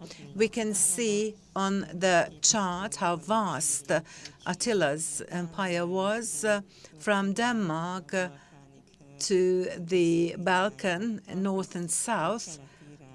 And in the eastern direction, it was the Caucasian mountain, and in the west, it was the river Rhine. So this empire shattered when Attila in 453 died. All of a sudden, there are many legends whether he was poisoned or he died a natural death. I read the secret history of the Mongolians, and I read about how Genghis Khan is protected by very, very severe rules. We can actually exclude that someone would walk in and poison a person. So maybe it was a kind of epidemic that may have caused this. But he died all of a sudden, and he had no heir appointed. So that is why, just as the chronicle, the pictorial chronicle says that Attila's sons, together, there were 60 sons of his, they started to quarrel and started to establish as to who the sovereign should be. And then there were the Huns and the Goths, the two parties that were established. And Jordanes, who in his writing also described the history and also the chronicle, nearly in a similar format, was describing this big battle, and it happened below Sicambria. This is what the chronicle was saying, this major battle. I give more credit to the chronicles because it was nothing else but that was written in the Hungarian royal court, and this may have just been written down by some historical notes. But yes, the two main sources are given by these two texts, and we know that this was the history of the Huns was written in 8 tomes, 8 volumes. However, these were lost. We know, based on the history so far, that the two camps clashed. The Huns and Csaba, the youngest son, to whom Attila credited the great hopes, suffered losses, and the chronicle wrote that 15,000 Huns they fled to Honorius, to the grandfather of Csaba, to the eastern part of the Huns, which was up to the Caucasian mountains.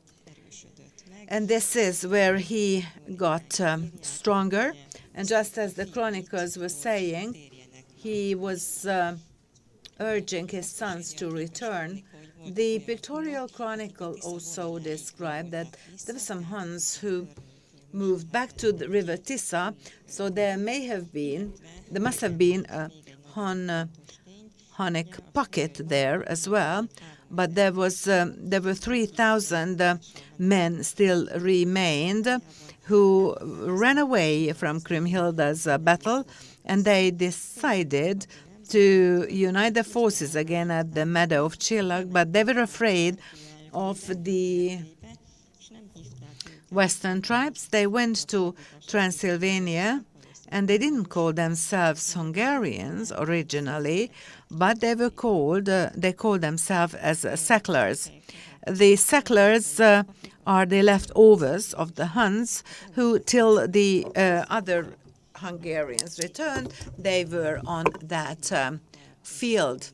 So the settlers were described by the chronicle as a basis where the Hunnic traditions were preserved. And I would like to follow the Mongolian traditions, that their traditions, there are so many pockets in Mongolia or in the northern part of China where some smaller groups can retain their identities and their old traditions. Recently, I've traveled to Grossumberg, which is a small county, a region, because Aborigines traditions remain there. This is the tribe or the clan of Genghis Khan, and they have been retaining their traditions for some time already.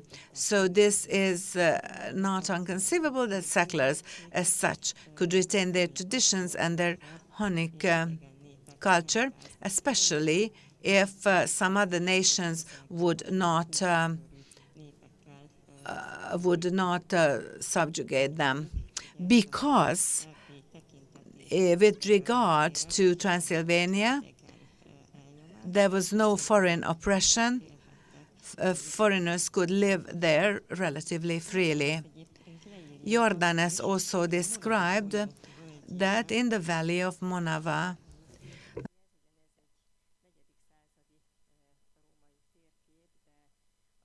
I try to go down. So there are certain names there. So the Morava River, it is in today's Serbia. There Attila's, there was Mundo, who came from Attila's family, who established a small kingdom because he called himself a king. So we can see that the Huns remained there in many places, but we also know that at the lower stretch downstream of Duna, there were lots of people who were then scattered all around the place, like in the Roman Empire. They went as mercenaries, and Orbán Balázs wrote that out of these Huns, some also went to the north, and they became the ancestors of the Daniel family. So we can see that they were really scattered all around, and they remained in some groups, and they retained their heritage and the traditions of how the Hunnic state was organized, because we could exclude that some nations or clans simply disappear. As Jordanes continues, that after the Nedao battle, the Huns did not take it easy, that they were beaten, but Attila's sons led campaigns to Pannonia, which is a very important notion because they wanted to get back Attila's heritage, just as the Gesta Hungarorum wrote that when Arpad came to the Carpathian Basin, then he always conveys the message that he came to take back the heritage of his ancestor Attila. But this was the case at Dengizik's time as well. And what is so interesting here, they could travel freely in the Carpathian Basin because the two adversaries with whom he had to fight, they lived on the territory of Pannonia. So we can see that here.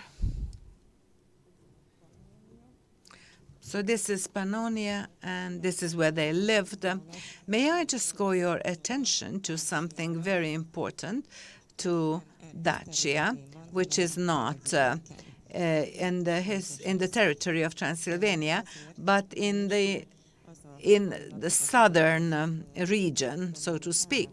Why is it important? Because nowadays, as it was taken from Jordan, as the official position is that the Gepidas occupied the territory of the Huns in Dacia, and everyone out of the historians thought of Transylvania. But here we can see that it was up to 280. It was Transylvania, yes, but this was emptied in 280 and moved to the south. And Jordanes kept saying that the Gepidas lived south of the Danube, and that is where Dacia is located. So this again is something that is absolutely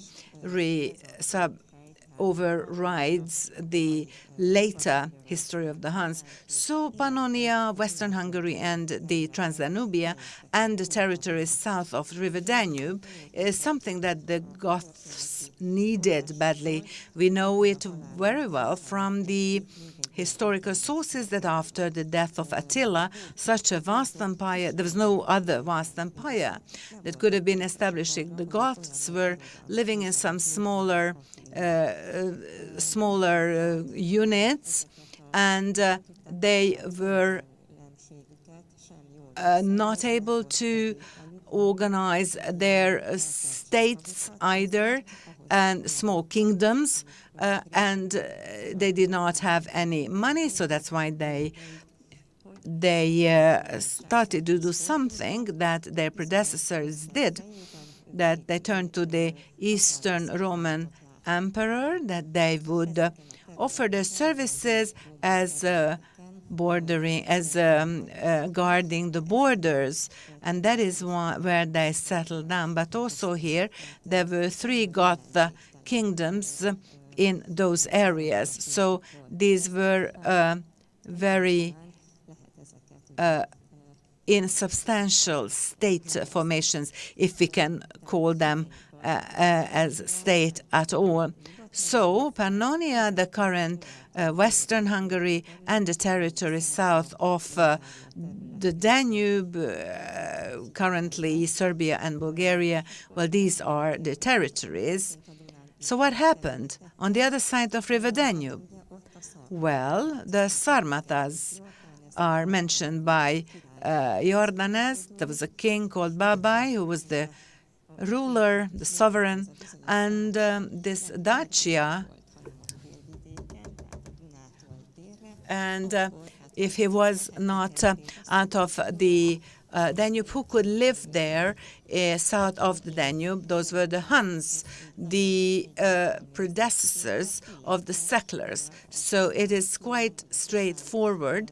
So the Tisa River, Tisa's other side, which was also the Huns, who remained there. Unfortunately, we do not know anything about them, except for the archaeological objects, because apparently all the authors considered important to talk about the Goth area, which then was reclaimed by Justinianus, and so therefore we only have information about these particular areas. And the Hungarian Chronicle only preserved these couple of sentences about that. It would be also important to clarify, which is also described by Jordanes, that up to Dengiz, and this is what shows. So Bassiana is also mentioned here. So there was battle here in the south, and also around Lake Balaton.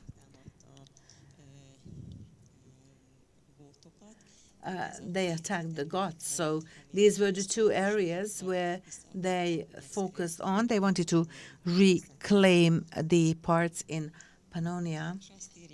And Jordanes wrote, it's very important, that Dengizik could not reclaim the area, so the Huns living there got under foreign oppression. So we know that if some peoples are under foreign oppression, it doesn't mean that they disappear. They can keep their own identity and language. And actually, the title of this period is, as I mentioned in my intro, it's 453, 568, so it's about 100 years, a century during which the Avars came in. So during this period of time, any nation, even ruled by some alien forces can retain their language and culture. There are living examples of it in the Carpathian Basin. In addition, there are the Meroving forces in the Transdanubia. They're not only mentioning Huns, but also Hungarians since 562.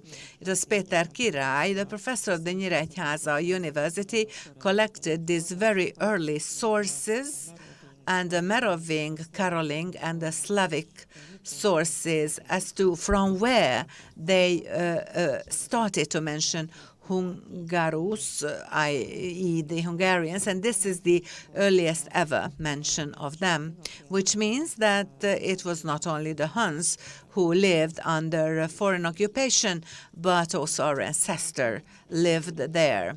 So what we can see out of the historical sources that yes, the Huns remained here, they could withstand, they tried to reclaim their areas, but that will be finally but it will be the Avars in 568 that the Avars managed to do it. What is it actually what substantiates this theory? Where after the death of Attila, the Gepidas lived this side of River Danube, so whatever archaeological objects would surface, that should be all Gepida related.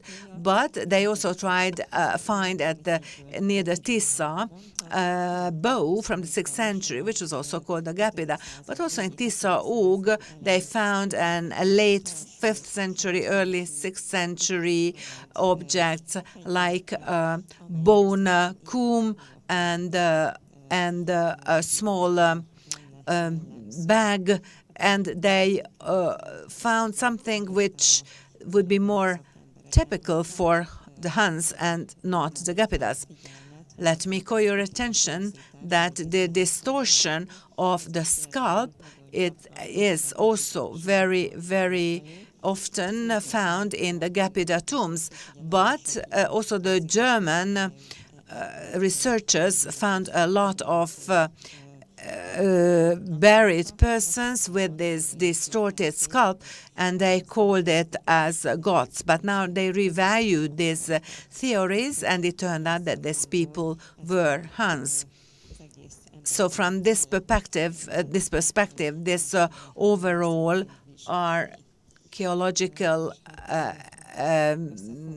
objects should be revised again. And let me again just join in all the others claiming that based on the historical data, the state of the Huns prevailed, some in the eastern wing and some lived in the Caucasian mountain and at the Carpathian Basin as well, and they did not disappear, but later on they appeared under different names on the scene of the history. Thank you.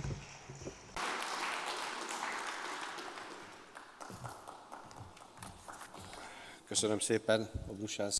Thank you very much for this presentation, and special thanks that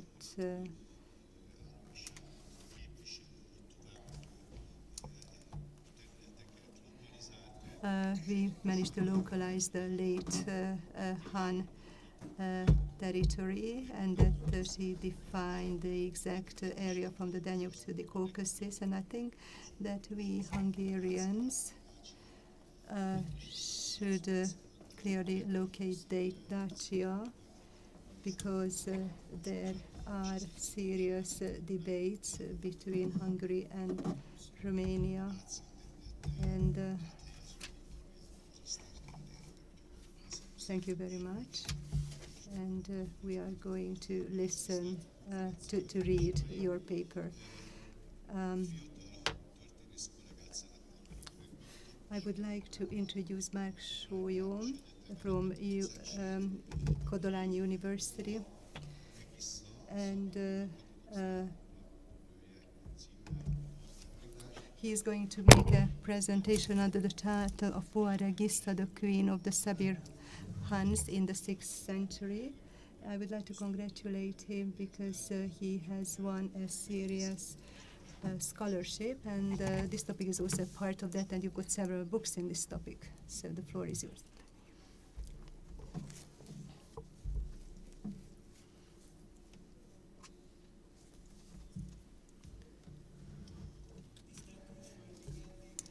Dear foreign guests, ladies and gentlemen, I am Mark Sólyom.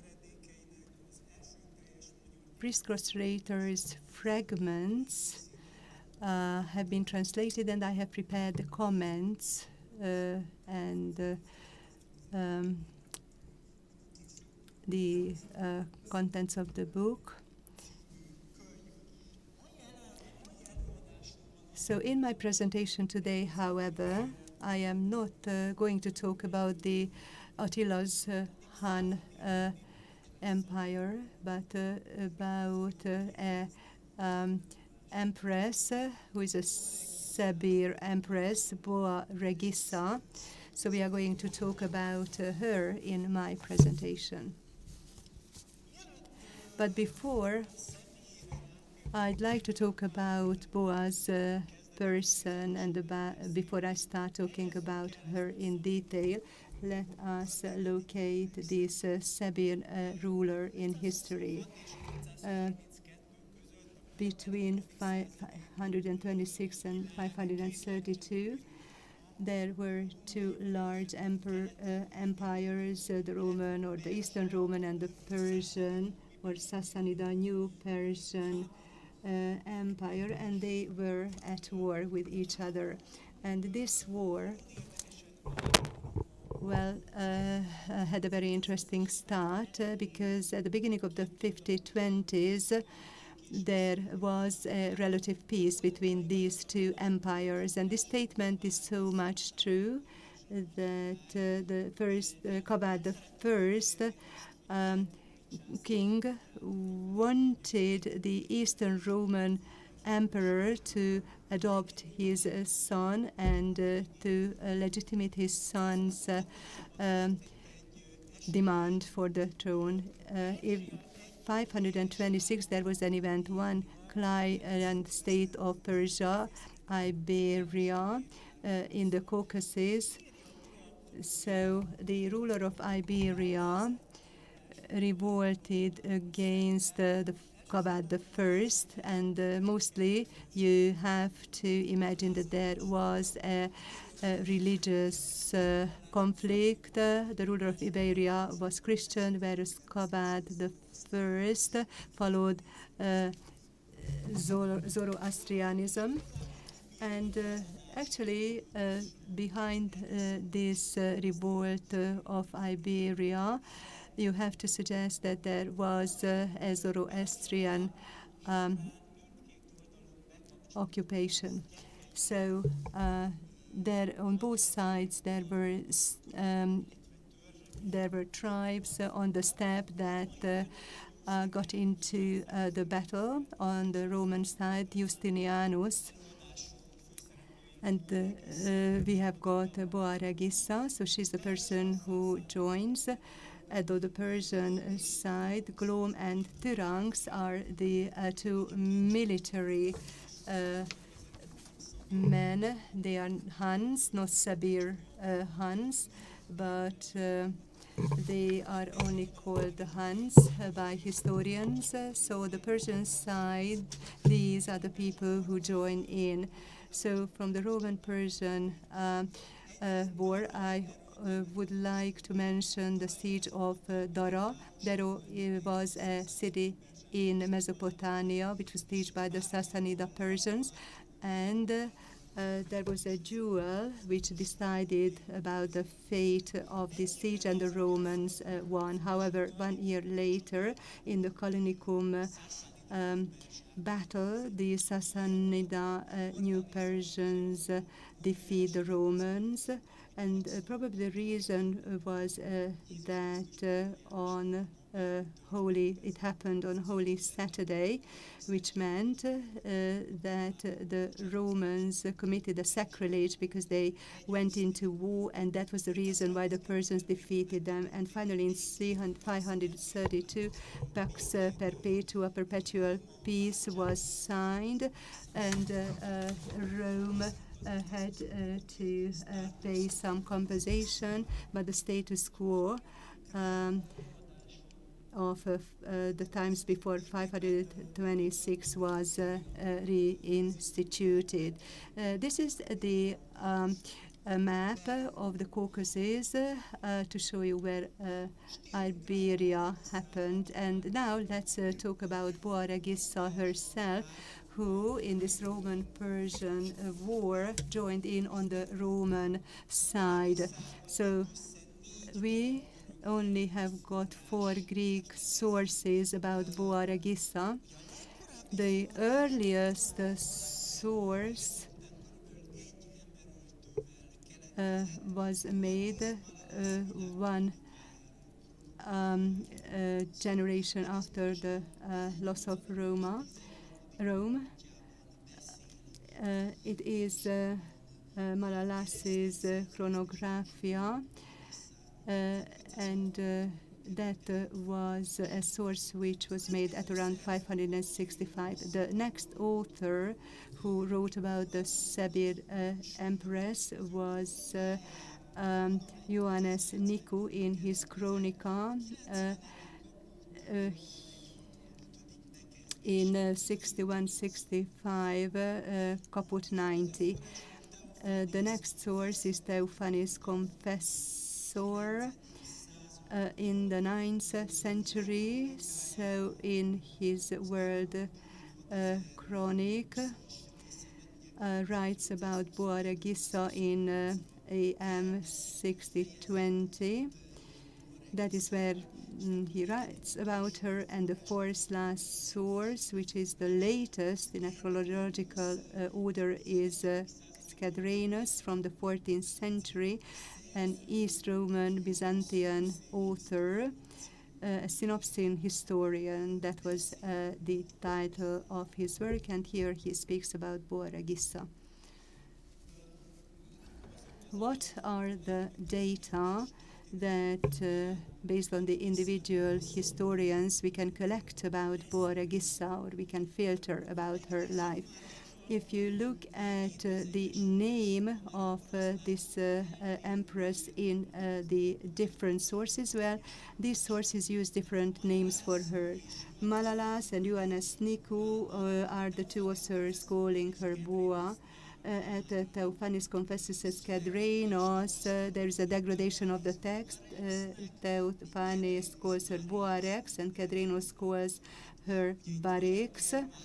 So it's probably the German Rex and the Latin Rex king that helped in the degradation of the text, because as those who copied the codices made these mistakes, and the title and the name of Boa are merged in the later sources. So when we read Boarex in the individual sources, if we wanted to rewrite this source, then we should say Boara Gissa, Queen or Empress Boa.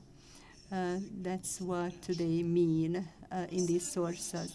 Well, what do the individual sources say about her origin? Malalas calls her a Sabir HUN, Ioannis Nikou an external HUN, Theophanes Confessor calls her a Sabir HUN, and Scadrenus says that she comes from the HUN clan called Sabir. When we are talking about Sabirs, the first mention of them goes back to 463. Phryxus Rhetor writes about the Sabirs.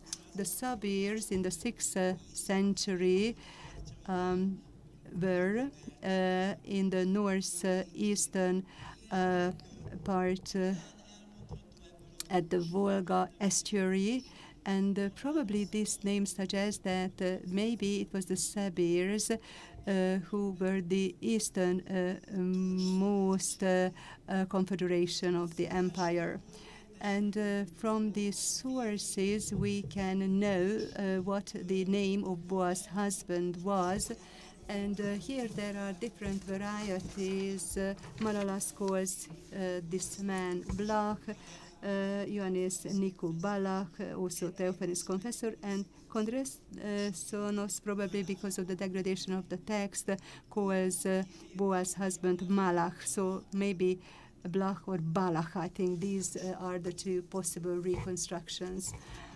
And the marital status, we find something about that as well. All the four say that she was a widow, but Malalas and Ioannis also say that she had two small sons. So also we can get some information about her properties, how tall she was, how wise, and how masculine she was. That's what Malalas says, and Ioannis says also about how strict she was. And why it is very difficult to deal with Boa? Well, I think that the different numbers mentioned by the Greek sources, 3 out of the 4 say that her people represented 100,000 people, but within the sources we also have a number of the soldiers in the Persian army, and all the sources define that number in 20,000 persons. But of course in Kedrenos probably we have got some degradation of the text, because he makes mention of the 20,000, but in a slightly different context. So we do know that with Boadagissa was in alliance with the Roman Empire, Justinianus, and she had a people of 100,000 persons. And we also know that Boaz's opponents, the Huns, Rome and Turanks, and we can read their names in different versions. So they fought against 20,000 people, the Sabir Huns. In this 20,000 is very interesting, because if we go forward in time a couple of centuries, and if you read the Arabic or Persian historians writing about the 9th century, then we can read that the conquering Hungarians could have 20,000 horsemen. So 20,000 is the members of the HUN army, and Boaragistas also. So if you take the 6th or the 9th century, and if you compare these figures, then probably we can make the conclusion from such data that if Boa had 100,000 people and could defeat 20,000 horsemen, and the Hungarians also had 20,000 horsemen in the 9th century, then the total headcount of the conquering Hungarian was under 100,000. That is at least based on the Boa-related Greek sources and the sources on the number of the conquering Hungarians.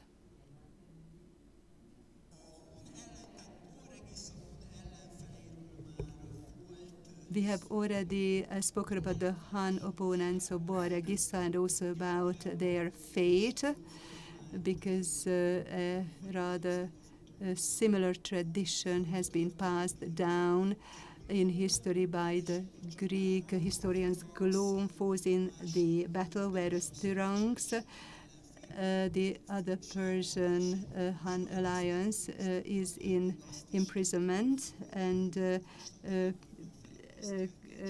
Jonas Nikiu also says that he is hanged on a tree.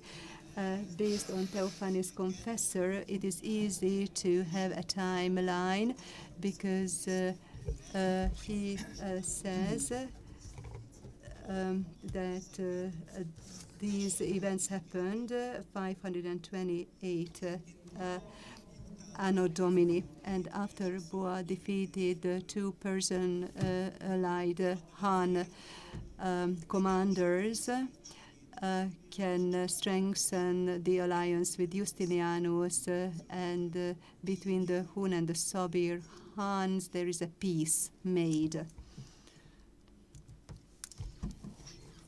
And finally, let us compare Boa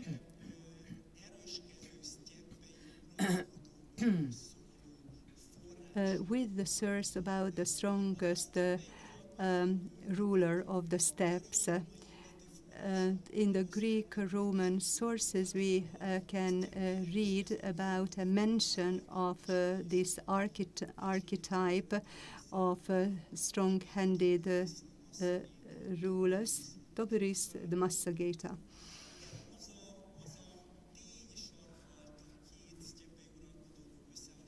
So I decided to compare these two women leaders. You can see that while Boa lived about 560 AD, Tomiris lived 530 BC, and that was when she went in war. So let us compare Boa and Tomiris. First, let me start with the similarities and differences. Of course, there will be some of both. So at the beginning of their rule, in both cases, so they start ruling after their husbands died. That's when they got to the top of the given confederation of the tribes. And when we are talking about their typical properties, in both cases, historians highlight wisdom and masculinity. In the case of Boa, for instance, even they even mentioned that she was tall as a man. And when we are asking about the reason for the wars, in both cases there was a Persian military campaign, and they responded to that. In the case of Boa, it was the Iberian War, whereas in the case of Tomiris, Great Kouros, a Persian king, had a campaign against the Massagetas, conquering on the steppes. It is interesting that both Boa and Tomiris had two main enemies in the different places of the text, and this main enemy was Glom and Tyranx. In the case of Boa, that is two Han rulers. In the case of Tomiris, next to, so we have got also Kroisos, that is a king who helps Kyros in its war against the Massagetas. And also, if you look at the fate of the enemies, there are similarities. Clone dies in the and Great Kyros also dies in the battle, and Tyranx is humiliated in his death, which is that he is hanged. And also in the case of Tomiris, when the Massagetas kill Great Kyros Persian ruler, Tomiris pushes the dead Kyros' head into a bottle full of blood. So the death of the enemy and the humiliation of the leader of the enemy, so all these motives are present in both narratives. Of course, I need to add that the humiliation of the leader of the enemy is a very frequent motive in the East. If you think about Crassus of the first Roman triumvirate, his death, and he was decapitated after the Carrhae battle, and poured liquid gold into his skull. And we can also make mention of Kurum Onogur, Bulgarian military leader, and Nikephoros, Eastern Roman Byzantine rulers, because Krum decapitates him and drinks from his skull. So these have been the similarities between Boa and Tomuris, between these two histories, and let's now take a look at the differences also. Boa's people is the Sabir HUN people. It's an ancient Turkish, they're using ancient Turkish language. Tomuris has got the Massageta people with an Iranian language. In the case of Boa, we know his husband's name. In the case of Tomuris, Herodotus does not mention the name of the husband at all. Boa has got two sons. Compared to that, Tomuris only has got one son, and this one son is actually named by Herodotus. Spargapispes is the name, that's what he writes.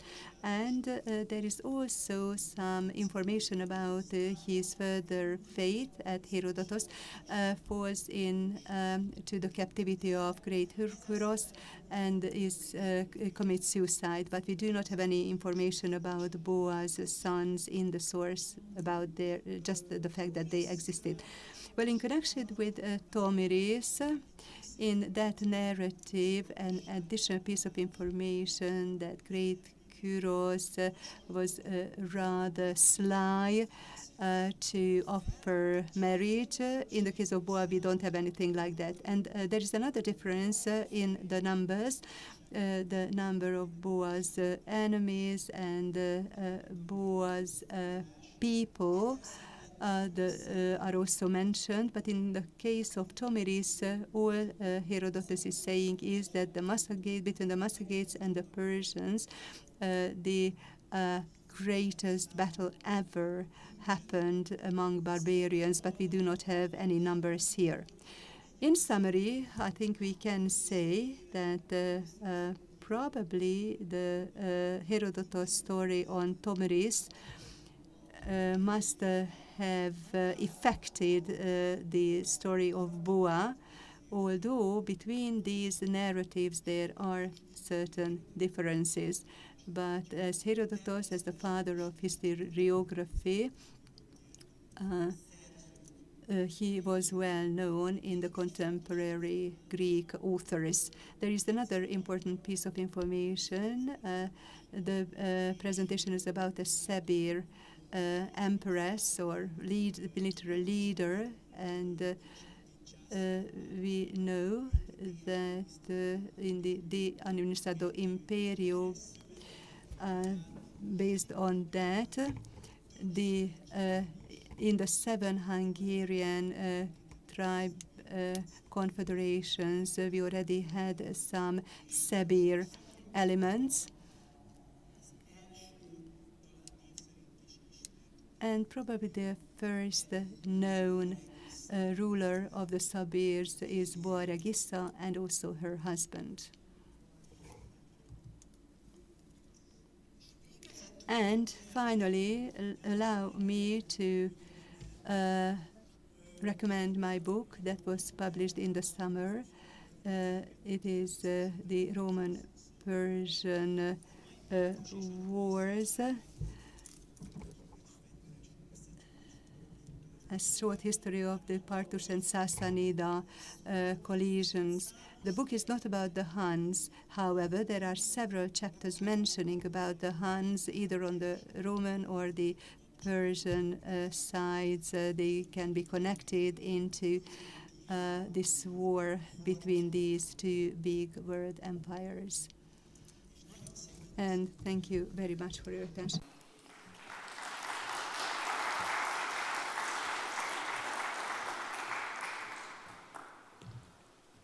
Köszönöm szépen Sólyom Márk tanár úr előadását. Thank you very much for this presentation by Márton Sólyom. Actually, we could now get acquainted with the easternmost part of the Huns, the Sabirs, and I like the parallels between the head count of the Hungarians and the Sabirs. But actually, we could hear an exemplary methodological comparison between the activities of two leaders. And the last presentation of this afternoon is following.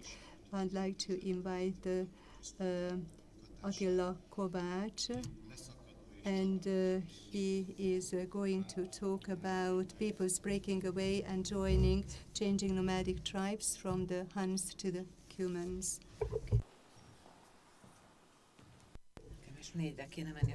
Üdvözlök mindenkit, és Great hello to everyone, and let's get started. We heard a lot about the Huns. In general, I would like to tell you something about the nomads that throws light on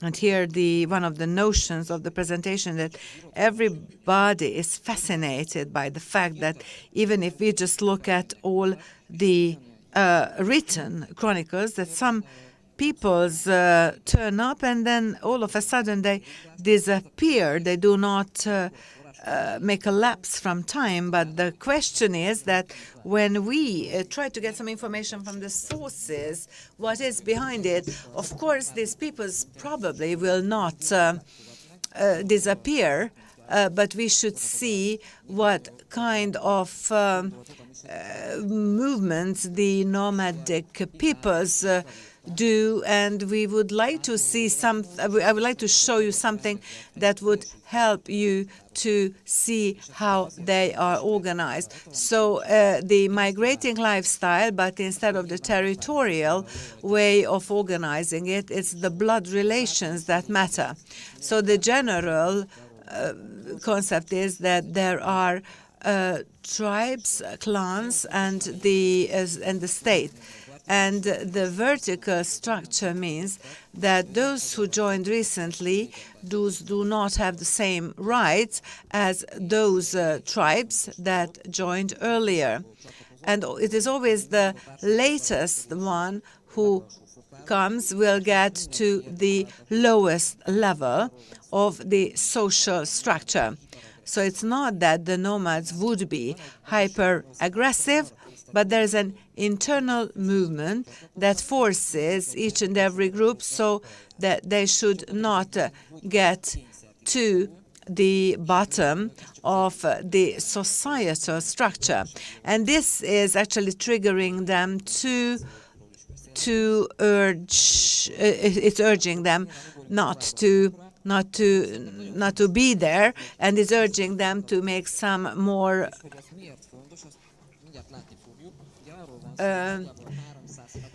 trying to obtain or oppress some other nations. So the Huns, they were made up by several clans, and the political power was in the hand of the Huns. This is actually the time when we first get some information about them. After the death of Attila, their sons will quarrel who should have what, but which tribes over which tribes, which power was having a power. This is, we do not know. But there is also an Onogur-Bulgar migration as well. This is the year when Attila dies, so there is a power crisis. Why do the Huns disappear from one day to the other? Well, this can be organized so that as soon as the empire collapses, some new nations, some new peoples appear, but we cannot identify them because we do not know who are the clans of various people. So when certain Bulgarian tribes appear, then the Huns who were already embedding themselves into them, but which tribe and when, well, this is what our sources cannot give an answer to. So that is why it seems that so many peoples emerge and so many peoples just disappear on the steppe. And the reason is that we do not know the ingredients of it. So On Ogur is the alliance of 10 clans, and the next largest is the Bulgarian Empire, led by Kuvrat. And of course, he delivered a speech to his sons, but they do not take his word. So he will overcome the Bulgars on the steppe. So they have 5 sons, and they go to 5 different places. And Badbayan, he will become a Khazar subject. Kotrag has become a Khazar subject, but he moved over to the other side of River Don. The other sons will flee to the west. The third in the middle is the one who will establish the Bulgaria on Danube. And Kuber and Alzako will move into the Carpathian Basin, and those who are neighboring to the Avars, they see no changes whatsoever. They continue to claim that it is the diplomatic cooperation and exchange of information that they do. So a given group would appear there when they have the option to get to some information. So if a tribe falls apart, how will that develop? I have put down the Hungarian tribes, and you can see the 3 Kabars. Actually, sources talk about 7 Hungarian tribes, and though they were made up by 10 tribes, we have 7 tribes because the political power is owned by the 7 tribes, which means that the Kabars, who are just an auxiliary military power, they did not participate in the tribal structure. They were at the very bottom of the society. They were having the big honor that they could fight for the deals and matters of the Hungarians. But if we take it out of them, and if Tarjan steps into their place, then we could see, if we had a source, that yes, we have here a completely unknown people. We could not see, or should not be able to see, that there are 7 tribes here. As soon as the tribe that gives the name falls apart, then you can see all the elements, and all the elements get a face who otherwise were looked completely homogeneous to the outside world. I have 2 quotes here. The Turkics compared to, so those who settled down in Persia, so all these Turks are sending agents, and very often they get an answer to these. So we can see that if a group gets separated, even then there is an exchange of information, marriage and economic ties would remain. So we do have some resources for this. And another, Julianus's meeting with the Hungarians around the Volga. He found them near the Atil River, so they have an abundance of horses and arms, and they're very brave in the fights. They know it from the old traditions that the Hungarians are their descendants, but they do not know where they are. So if some peoples are separated from one group, then they either remain independent or they will be embedded into another society. On the case of some of the steppe, they will be either pushed out of the steppes. But in a good situation, in the case of the Hungarians, we can see that they were not getting into or stepping into some other nomadic group. We see something similar to the Besenyős as well. And the Byzantine emperor knows that when the Besenyős were thrown out of their own lands, some remained there and moved in together with the Uz, and they are still there, and you can notice them. I'm not going to read out further, but there is a good quote that he went to as he was like an advocate, he was like an ambassador, and he said that, well,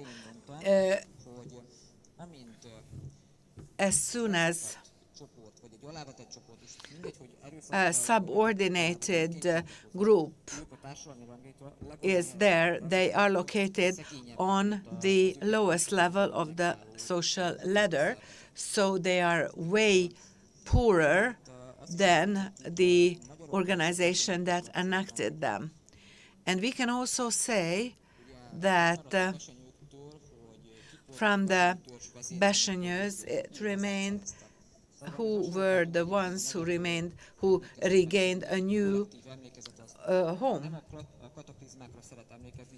The collective remembrance does not want to remember the calamities, but rather something that keeps the society together.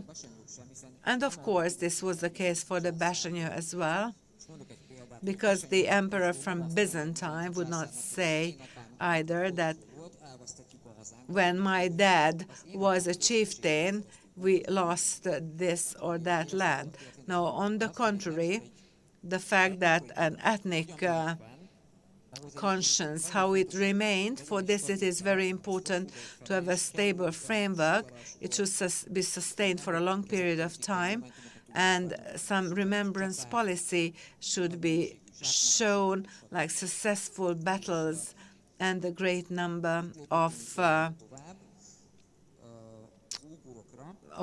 treasures that they collected. If we talk about the Uyghurs, you know, the Chinese sources say that the Uyghurs are made up by 9 groups. Sometimes they say they're made up by 17 tribes.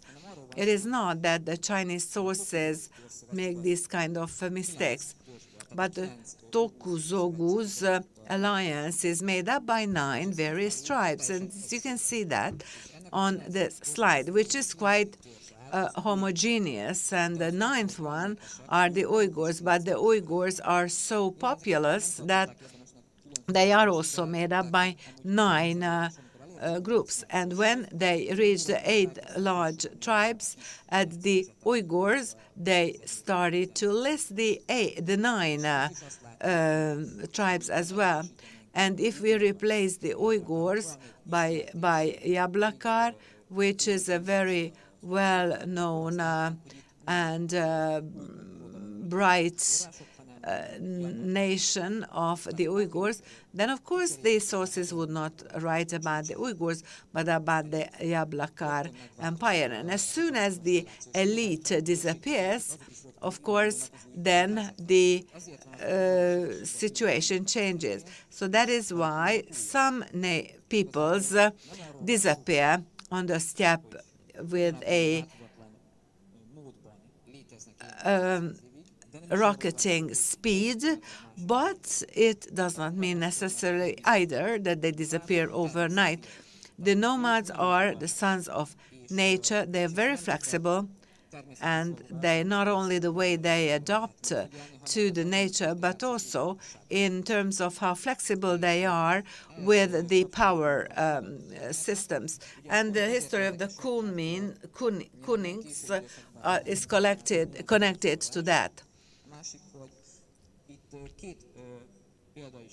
And there are two examples. So one group of the Cumans go back to the Caucasian, and they are able to get back to the steppe. So when Otrok is called back by his sister to the steppe because he fled when there was a monomach attacking him, and then with some flowers, he is seduced back to go back to the steppe. So if they are not depending on anybody else, they will retain their ethnic identity. So that means that he will be able to be a compatible part of the Cumic tribes. So he will not say that he is a subject to the Georgian king. But no, in the second case, however, Kutan is the king of Kuns, who sent an envoy with the message that he had been fighting the Tartars for many years. So if he is, if he can be called in to be a subject, then he would be ready to move into Hungary and follow the king in its Catholic faith. So that is why the Cumans example is so good, because there's another case when they have to embed into some other power structure, which is the Hungarian kingdom. They will not be tax-paying subjects, but they are just like border guards. They will be exempt of taxes, but it is no question that they have to take the religion of the ruler and the elite. They have to follow the orders by the ruler, and they also have to adhere to the laws of those who are in power. But the idea is that if the Cumings are not having any chances to maintain their identity, so they will be able to adjust to the local situation. Well, this was more or less what I wanted to share with you and tell about the Cunes and the Cumings. Let me show you a dynamic flow chart. I took the Bashanyos as the basis. We know that they were the Hungarians were the subordinated nation, but the Kangaros had three types. And when the Uzes push out the Bashanyos from the steppe, and the Hungarians take the Carpathian steppe, then they see that the group of the Bashanyos must join the Uzoks. We could read at the Bashanyos that they cut off the sleeves of their kaftans, just to remember that as they were cut off from their nations. And in that sense, we can see that these inter-ethnic movements look like around 800 and some people are joining, 893. They moving in, and they also are also subordinated to the Hungarian kingdom. And we can also see that later on, the 11th century, after many unsuccessful battles, they will not be assassinated, but they will be offered that they can serve the Hungarian sovereign. And these Bashanyok groups and Uz groups will join the Hungarians. Az, hogy eltűnnek-e forrásból, nyilván olyan értelemben eltűnnek, hogy ha ezt egy bizánci korabeli And do they disappear from the sources? In a sense, yes. Because if this is written by earlier Byzantine writer or someone from North Italy, they can only see that it is the Hungarians that are fighting with the Byzantine and other.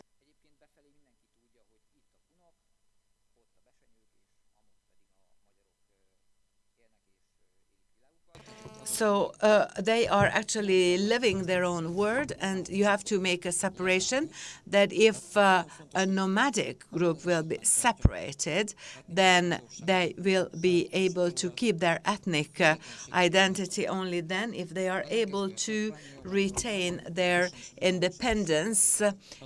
On the contrary, if they cannot do it, they will adapt themselves to the current situation. And as soon as the power structure changes, simply because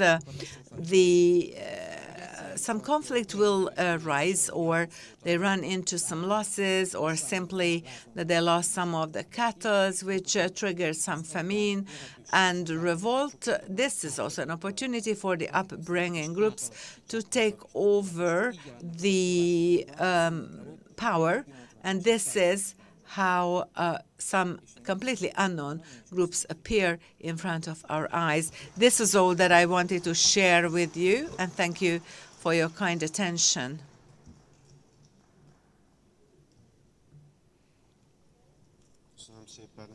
Thank you very much for Attila Kovács, staff of the Historical Research Institute of Magyarságkutató.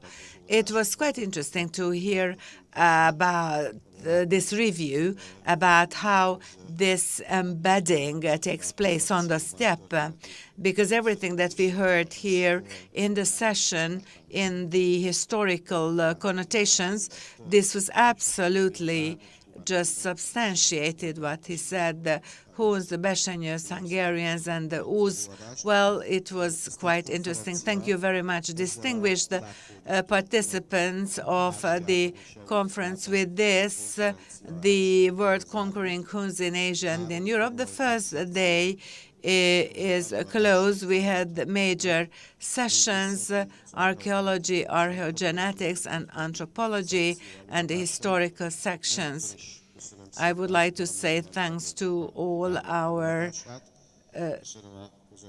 speakers for their brilliant presentations. Thank you very much for your kind attention. And it is great that you were also staying here with us. And let me recommend tomorrow to your attention again. Tomorrow we'll start a bit later. We'll meet here at 10 o'clock local time. At 10 o'clock we'll have the presentations. Basically, we will touch upon two topics. Both are actually of cultural history, so we will have that kind of interesting thing, and also about the very interesting things about the HUNs, which do not belong to anthropology and nor to archaeology. These would be quite something that you should feel worthwhile to participate. Thank you very much. Have a nice day for the rest and the night sightseeing if you have the opportunity, and a nice long autumn afternoon. And see you tomorrow here at 10 o'clock in the morning. Thank you.